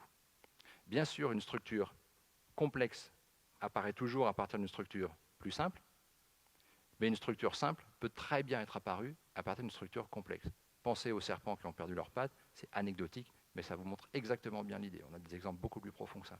Donc l'idée de l'évolution comme une complexification, ça ne marche pas. Et donc l'idée de l'évolution comme un progrès, ça ne marche pas non plus. Sauf que pour remettre en cause ça, il faut aller à l'encontre de son conditionnement depuis l'Antiquité grecque. Donc autant vous dire qu'on n'est pas rendu, qu'il va falloir quelques générations avant que ça infuse. Je ne vous en voudrais pas si, sorti de là, vous oubliez ce que je vous raconte, mais c'est très dur pour nos étudiants et même y compris pour un tas de collègues qui ne sont pas forcément pour être immergés dans ce champ-là, évidemment, pour s'y intéresser, pour voir un peu où en est la science à ce niveau-là. Mais c'est une idée qui est très compliquée, mais qui est fondamentale. C'est la révolution dans laquelle on est aujourd'hui, qui prendra sans doute encore 40 ou 50 ans avant de vraiment diffuser, mais c'est ce que la science nous dit aujourd'hui. Donc je vais m'arrêter là-dessus, même si évidemment ce n'est pas la fin. Je reviendrai dans 50 ans et on verra où on en est. Donc je vous dis à dans 50 ans. Je vous remercie d'être venu, c'est gentil d'être resté. Et si vous avez des questions, on peut en discuter.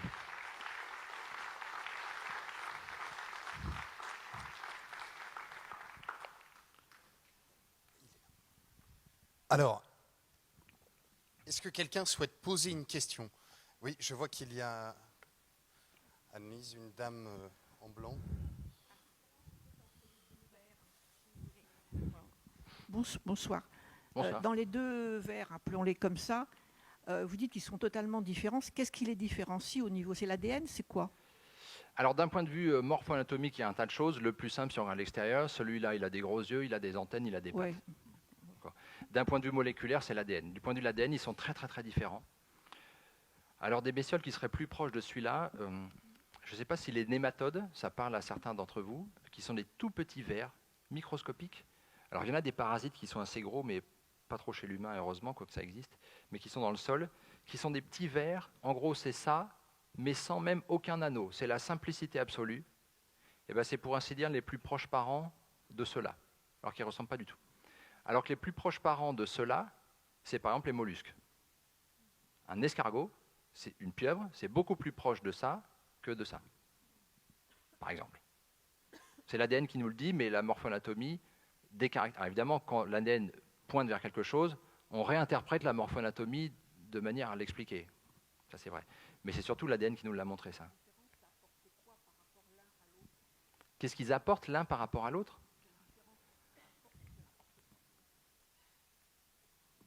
Alors, est-ce que vous pourrez reformuler la question, s'il vous plaît?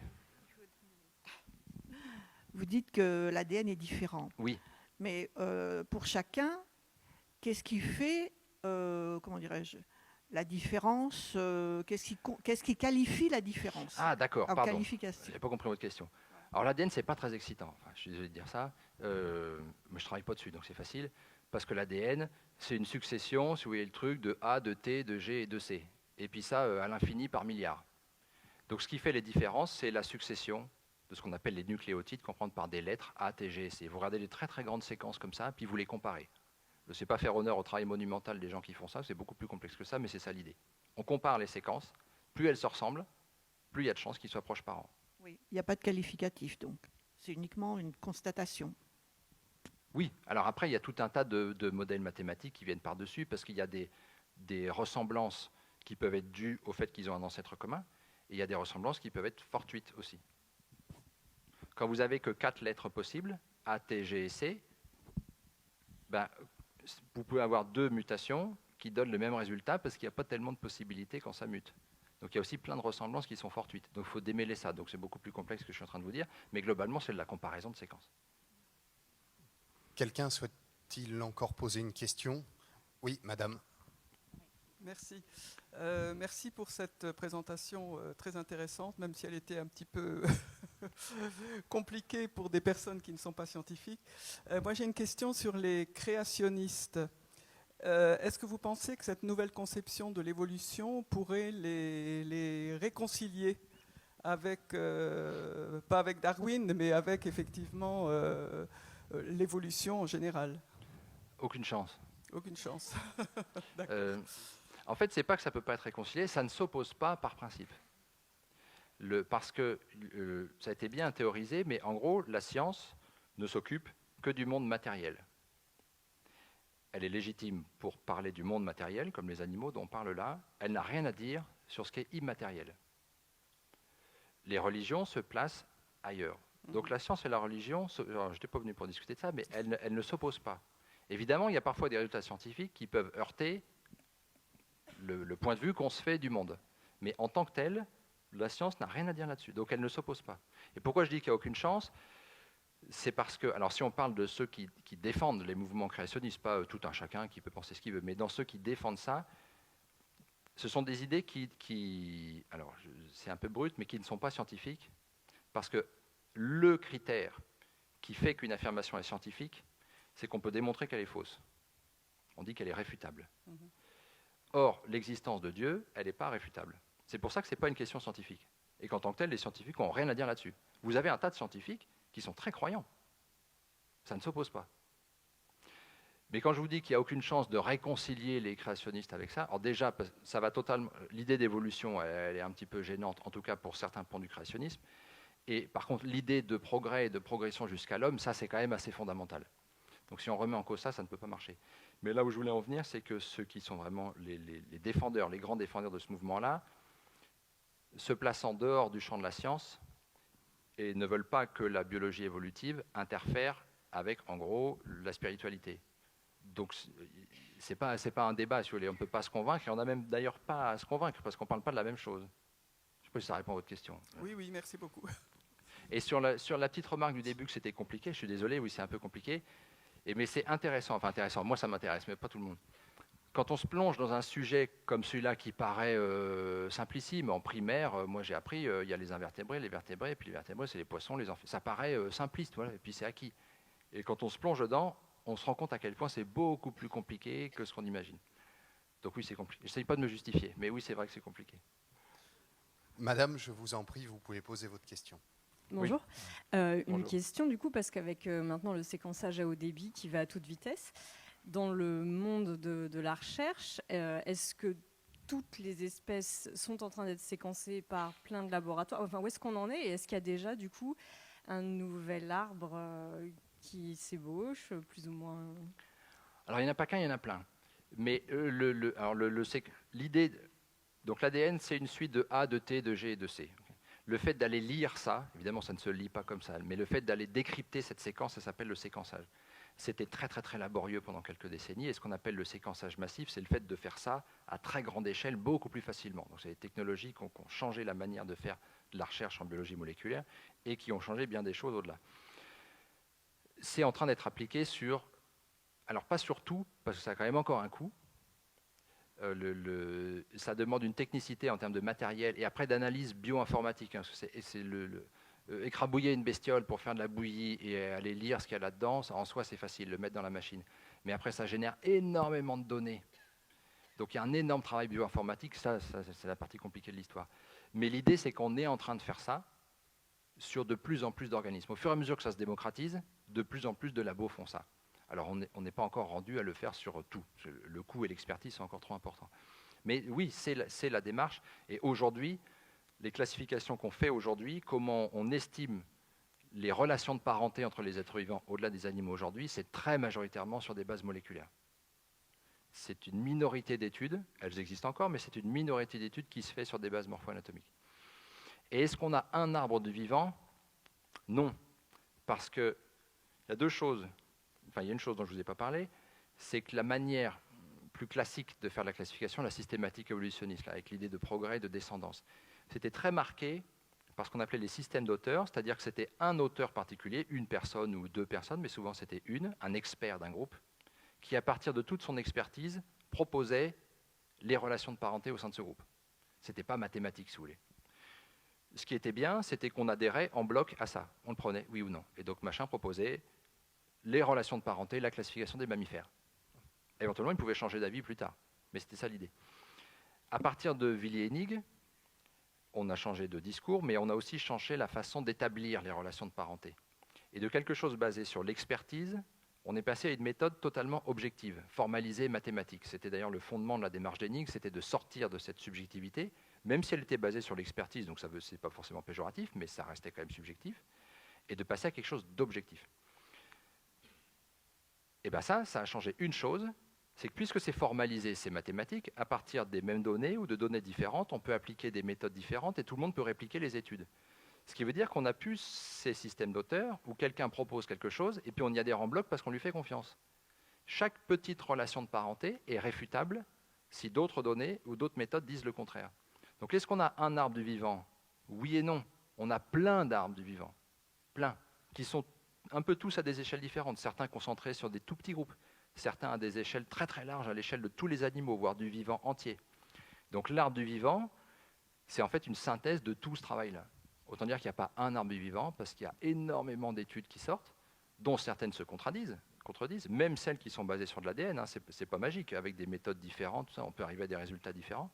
Donc l'arbre du vivant, c'est le consensus qu'on se fait à partir de tout ce qui existe, toutes les recherches qui sont publiées.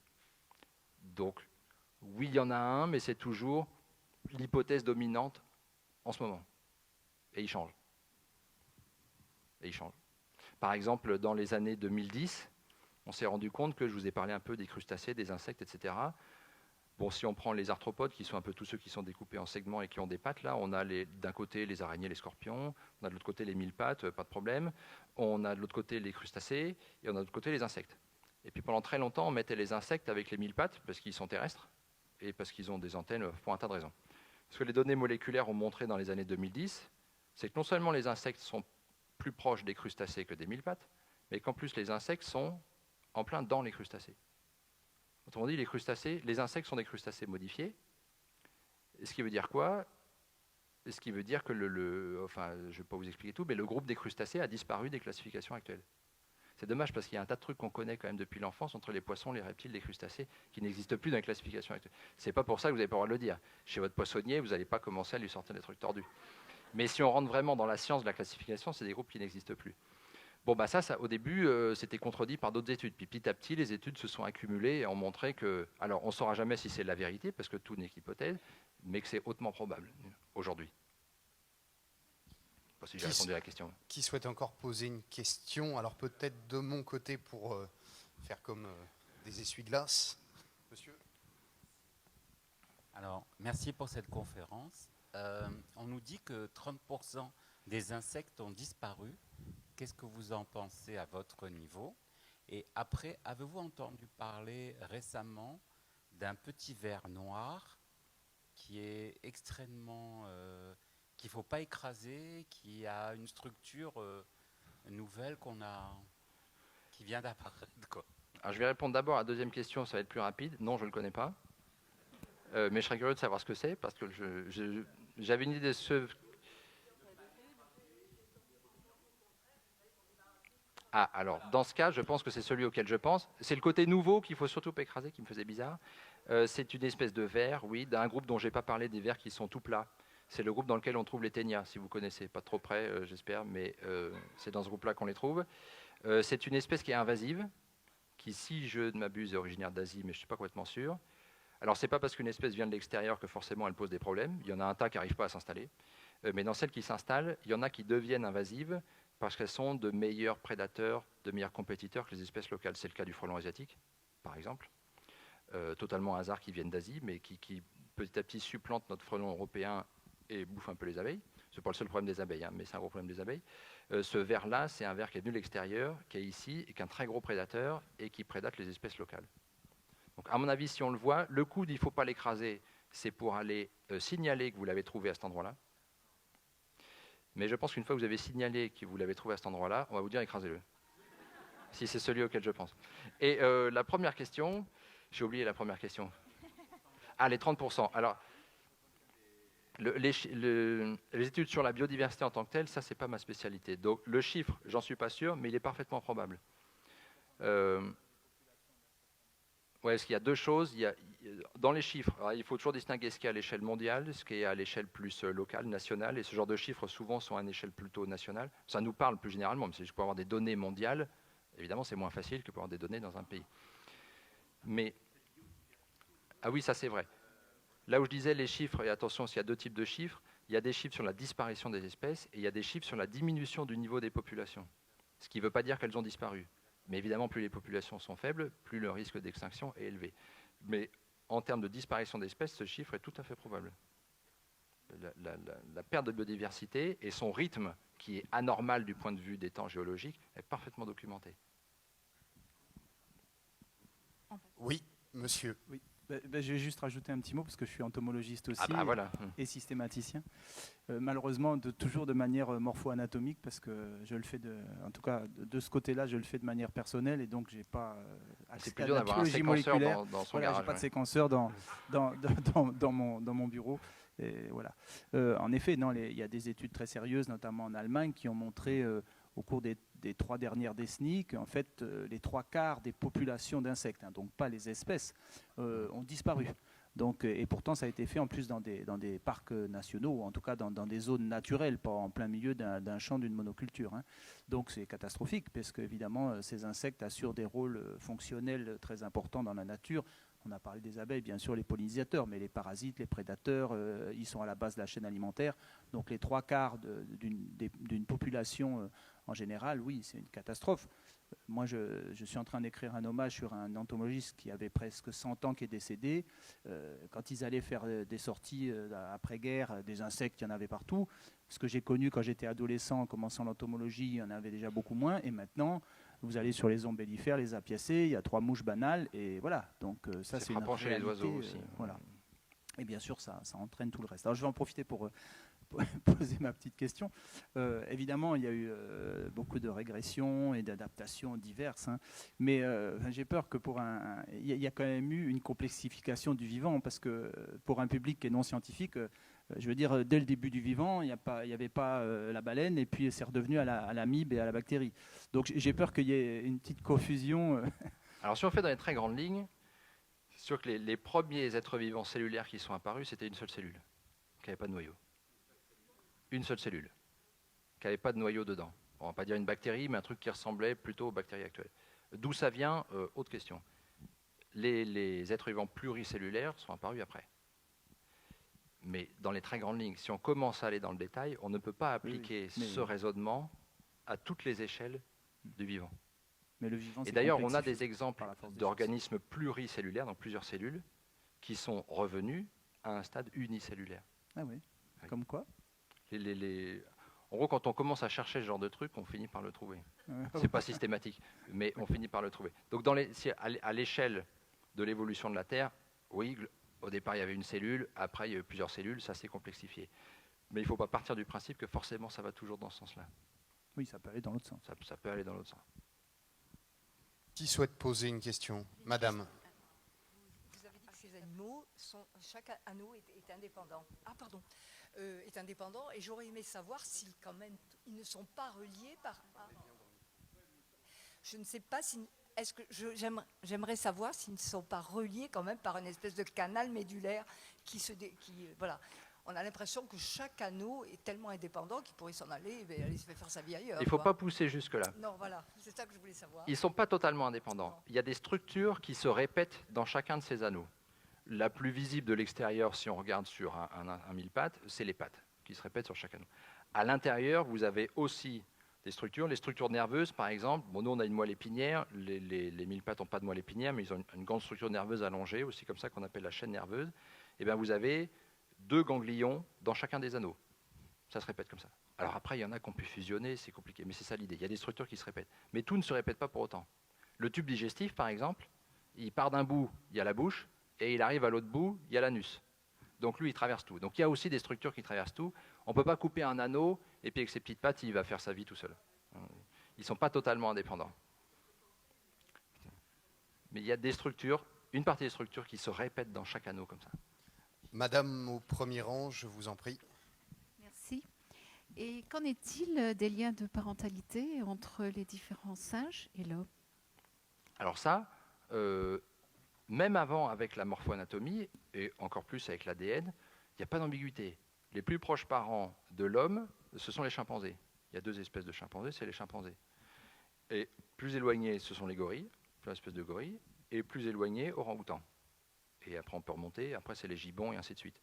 Donc là-dessus, il n'y a pas de changement. Je ne vais pas vous révolutionner grand-chose là-dessus. L'ADN a confirmé. Quand on s'est mis à étudier l'ADN, la baleine est un peu plus loin. Non. Qui souhaite poser une question ? Oui, madame. Si vous parlez de la baleine et les dauphins, et tout ça, c'est dans le groupe des cétacés. Si je vous demandais de parier sur qui sont les mammifères les plus proches parents des baleines et des dauphins, ça serait intéressant de savoir ce que vous pensez, mais je pense qu'on ne va pas vous entendre, je vais vous dire la réponse. Ce sont les hippopotames. Et si on va un peu plus éloigné, ce sont les ruminants, les vaches, par exemple. Voilà. Et ça en bouche un coin. Hein. Alors, moi, j'ai Ah, une pardon. petite question par rapport à Darwin. Oui. En fait, il n'avait aucune notion de génétique, Darwin. Impossible. Alors, Ah ouais. impossible, non, c'est pas complètement vrai. L'ADN, on ne le connaissait pas. L'ADN, c'est une découverte du XXe siècle. Il ne pouvait pas connaître l'ADN. Donc, on connaissait ce qu'on appelait le principe de l'hérédité, c'est-à-dire que les enfants ressemblent aux parents, ça, évidemment, de tout temps, on l'avait bien observé. On le maîtrisait d'ailleurs très bien, puisque c'est une époque, l'époque victorienne, où on crée énormément de races d'animaux et de variétés en botanique. Donc évidemment, c'est là-dessus qu'on jouait, à choisir ceux qu'on fait se reproduire pour transmettre ces caractères-là, ces caractères-là. Mais ce qu'il y avait derrière, on ne savait pas du tout. Donc c'était que des théories. Et c'est l'occasion de dire, on a souvent l'impression que en biologie, il n'y avait pas grand-chose. Et puis il y a Darwin qui est arrivé, qui nous a appris la vie, et après on n'a plus fait grand-chose. C'est un tout petit peu caricatural. Évidemment, Darwin a été... le plus grand biologiste, c'est toujours dur de dire ça, c'est mon avis personnel, mais c'est très personnel. Mais c'est celui qui a eu le plus d'influence en biologie, ça c'est sûr, et probablement au-delà. Mais il a proposé, parce qu'il voulait proposer une explication à peu près tout, une des choses qu'il a proposées, c'est la sélection naturelle, pour ceux à qui ça parle, et là il a vu juste. Mais qu'est-ce qui explique l'hérédité, le fait que les enfants ressemblent aux parents? Il a proposé une hypothèse qui était totalement foireuse, et qui a été assez vite, en 20 ans, totalement réfuté. Il s'est totalement planté. Donc on peut lui dire, mais il connaissait pas l'ADN, donc il pouvait pas. Certes. C'était que théorique. C'est pour ça que c'était basé sur l'expertise. Et quand je vous dis, dans la première moitié du XXe siècle, c'était beaucoup une histoire d'expertise, on n'avait pas l'ADN. Et encore, l'ADN, finalement, c'est une autre sorte d'expertise, mais plutôt bioinformatique et mathématique. Mais c'était, d'après tout ce qu'on sait des ressemblances entre les animaux actuels et ce qu'on sait des fossiles, le plus probable, c'est que les relations de parenté, c'est ça. Et la preuve que c'était, enfin c'est pas une preuve, que ce soit subjectif, c'est qu'un même auteur, plusieurs années après que son expertise ait mûri ou qu'il ait acquis d'autres données, découvert d'autres fossiles, pouvait proposer autre chose. Donc pour revenir au point de départ, non, au XIXe siècle, on n'avait pas d'idée de la génétique, on avait observé ces résultats, qu'on maîtrisait en termes de sélection artificielle, de création de races et de variétés, mais l'explication, on ne l'avait pas. L'explication, elle date du premier quart du XXe siècle. Je crois Darwin qu'une était dame mort veut depuis poser longtemps. une question côté jardin. Non, moi, je rentre dans un domaine complètement différent, c'est l'immunité. Oui. Et je rentre dans un domaine qui concerne l'immunité. Et je sais que dans le monde animal, alors j'ai oublié le nom de... Peut-être au niveau des Je ne suis pas sûr que je vais vous aider, mais Vous allez allez-y. m'aider. Il y a donc dans le monde animal, il y a cet animal-là donc pourra se défendre mieux que l'homme au niveau de l'immunité innée et acquise, et ils pourront mieux se défendre des virus, par exemple. Alors, est-ce que vous retrouvez ma piste? Non. Je pense que non.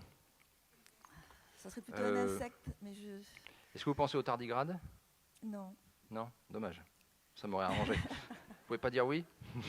Alors je ne sais pas duquel vous parlez. Mais est-ce que ça peut exister? Oui, ça peut exister. Oui, ça peut. Bien sûr, ça peut Sur le exister. plan immunitaire, ils ne développent pas l'immunité acquise, ce qui fait qu'ils pourront mieux se défendre des virus, par exemple. Parce qu'ils ne développeraient pas d'immunité acquise? Oui. Ah, ça m'étonne un tout petit peu. Oui. Mais je passerai la question aux collègues immunologistes, parce que là, on commence à être un peu loin C'est un autre domaine. de mon domaine de compétences. Un animal qui n'aurait pas d'immunité acquise, c'est pas impossible. Est-ce que pour autant, il se défendrait mieux? Là, j'ai un peu de mal à faire le lien. Mais c'est pas du tout ma spécialité, donc je préfère pas vous dire de bêtises. Monsieur, au C'est dommage milieu, que je si ça crois avait été le tardigrade, j'aurais pu dire plein de trucs sur le tardigrade. Monsieur, je crois que vous vouliez poser une Tardigrade. question. Bon, on y reviendra après. Je vous en prie. Je voulais poser une question enfantine, comme à l'école des enfants. C'est les pires. Pardonnez-moi. Avec toute cette richesse et évolution par les insectes, pourquoi beaucoup d'insectes que l'on connaît, ils ont toujours 6 pattes? Pourquoi pas une multiplicité de 8 pattes, 10 pattes, 11 pattes, c'est toujours pair? Et pourquoi 6 pattes en général? Enfin, du moins la mouche, etc. Pourquoi 6 pattes? Voilà. Alors c'est intéressant comme question. Vous avez dit que les questions enfantines, c'est les pires. Et la réponse que j'aime bien faire à ce genre de questions, c'est pourquoi pas. Vous demandez, mais pourquoi ils n'ont pas changé? Et moi, je vous demande, et pourquoi ils auraient dû changer? L'idée de la... Alors, ce n'est pas l'évolution générale, mais c'est la sélection naturelle, c'est que ce qui marche est retenu. Ce qui ne marche pas n'est pas retenu. Visiblement, ça marche d'avoir 6 pattes, ça marche d'en avoir plus, mauvais jeu de mots, ça marche de marcher sur 2, ça marche aussi de ne pas en avoir du tout. Tout ça, ce sont que des chemins évolutifs qui, chacun, fonctionnent pas trop mal. Donc pourquoi ils auraient dû changer? Alors, ce qui est intriguant, c'est pourquoi ce groupe-là, les insectes, s'est diversifié à ce point. Je pousse un peu dans une autre question. Pour vous donner une idée, aujourd'hui, on connaît à peu près 1,5 million d'animaux. Il en existe certainement beaucoup plus, hein, surtout dans les animaux microscopiques. Mais dans ceux qui sont décrits, c'est à peu près 1,5 million. Sur ces 1,5 million, c'est à peu près 1 million d'insectes. Donc quand je vous dis qu'à eux seuls, c'est une diversité monumentale qui est plus importante que celle des plantes décrites, hein, j'insiste là-dessus, c'est phénoménal. La question, ça peut être pourquoi ce groupe-là s'est diversifié à ce point. Une des raisons possibles, mais c'est que reculer pour mieux sauter, c'est que c'est un groupe qui est caractérisé par le fait qu'ils ont colonisé tous les milieux terrestres. Les milieux d'eau douce aussi. Les milieux marins, à ma connaissance, il n'y a que 2 espèces d'insectes sur 1 million, hein, qui vivent en milieu marin et encore peut-être pas totalement complètement. Mais ils ont colonisé tous les milieux terrestres. Et on peut se dire qu'un groupe dans lequel on a des espèces qui colonisent tout un tas de milieux différents, c'est propice à la diversification. C'est tout un tas d'opportunités que de nouvelles espèces apparaissent.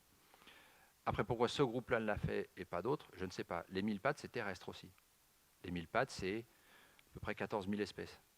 Ce n'est pas 1 million. Pourquoi eux et pas d'autres, je ne sais pas. Mais en tout cas, pourquoi 6 pattes et pourquoi ils n'ont pas changé? Pourquoi ils auraient dû changer? Peut-être que Dieu est entomologie. Je ne suis pas allé jusque-là, mais quand je commence mes cours de zoologie, souvent je dis ça. Quelqu'un souhaite-t-il poser une dernière question?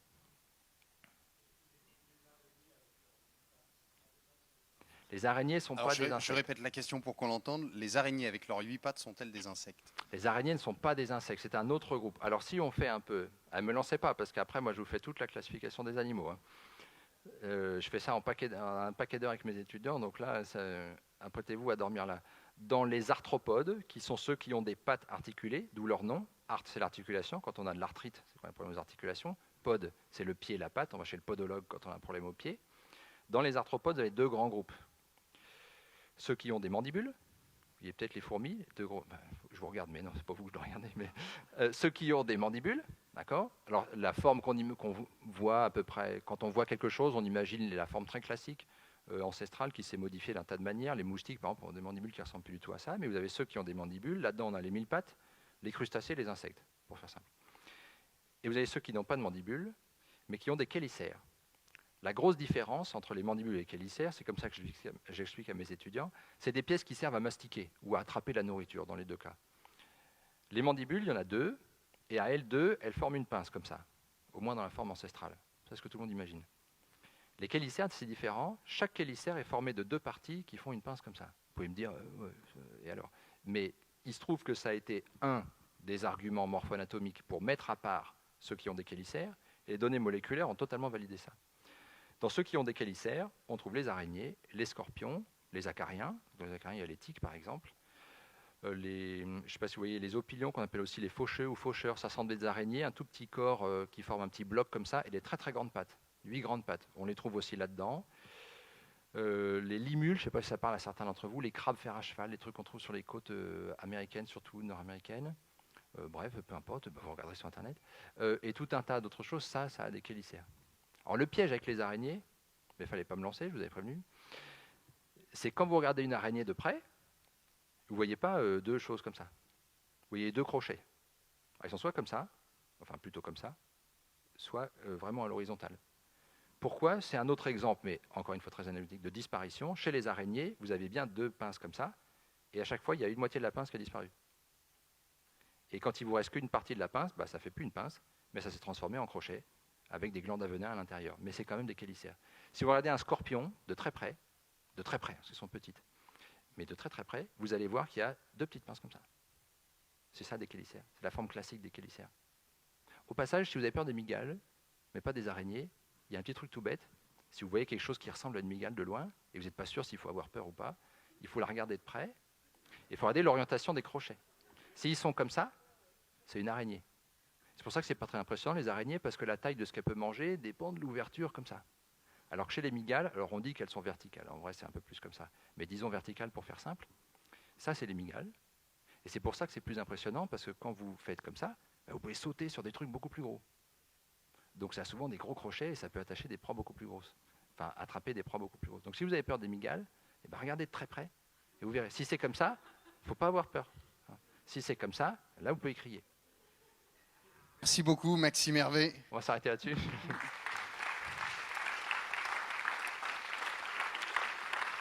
Merci, Maxime. Ainsi donc, avec toi, nous concluons ces conférences de la 8e édition du Festival des Journées de l'Éloquence. Je tiens à vous remercier tout particulièrement d'avoir été présents. Il y a certains visages qui nous ont accompagnés toute la semaine, lundi, mardi, jeudi et vendredi, on les reconnaît. Vous savez que c'est grâce à vous que vit une structure comme la nôtre, l'Atelier de la langue française. Alors, j'en profite juste pour faire la publicité de notre programmation annuelle. Depuis septembre dernier, l'Atelier de la langue française est installé dans une villa à Aix-en-Provence qui s'appelle la Villa Acanta, en face du parking Pasteur. Et à cet endroit, nous organisons des rencontres régulières avec des auteurs et des penseurs. La prochaine, qui aura lieu après la fin du festival naturellement, sera avec l'auteur Marie-Hélène Lafont, le 17 juin, vendredi 17 juin. D'ici là, nous avons encore une lecture ce soir d'Histoire d'un ruisseau d'Élisée Reclus et demain soir, le concours national d'éloquence qui se déroulera dans les jardins du pavillon Vendôme. J'espère que nous aurons l'occasion de vous y croiser. Je remercie toute l'équipe dont je fais partie et puis Jean-Marie et Kamel qui ont géré la technique depuis le début de la semaine. Merci encore Maxime d'avoir accepté l'invitation. Merci.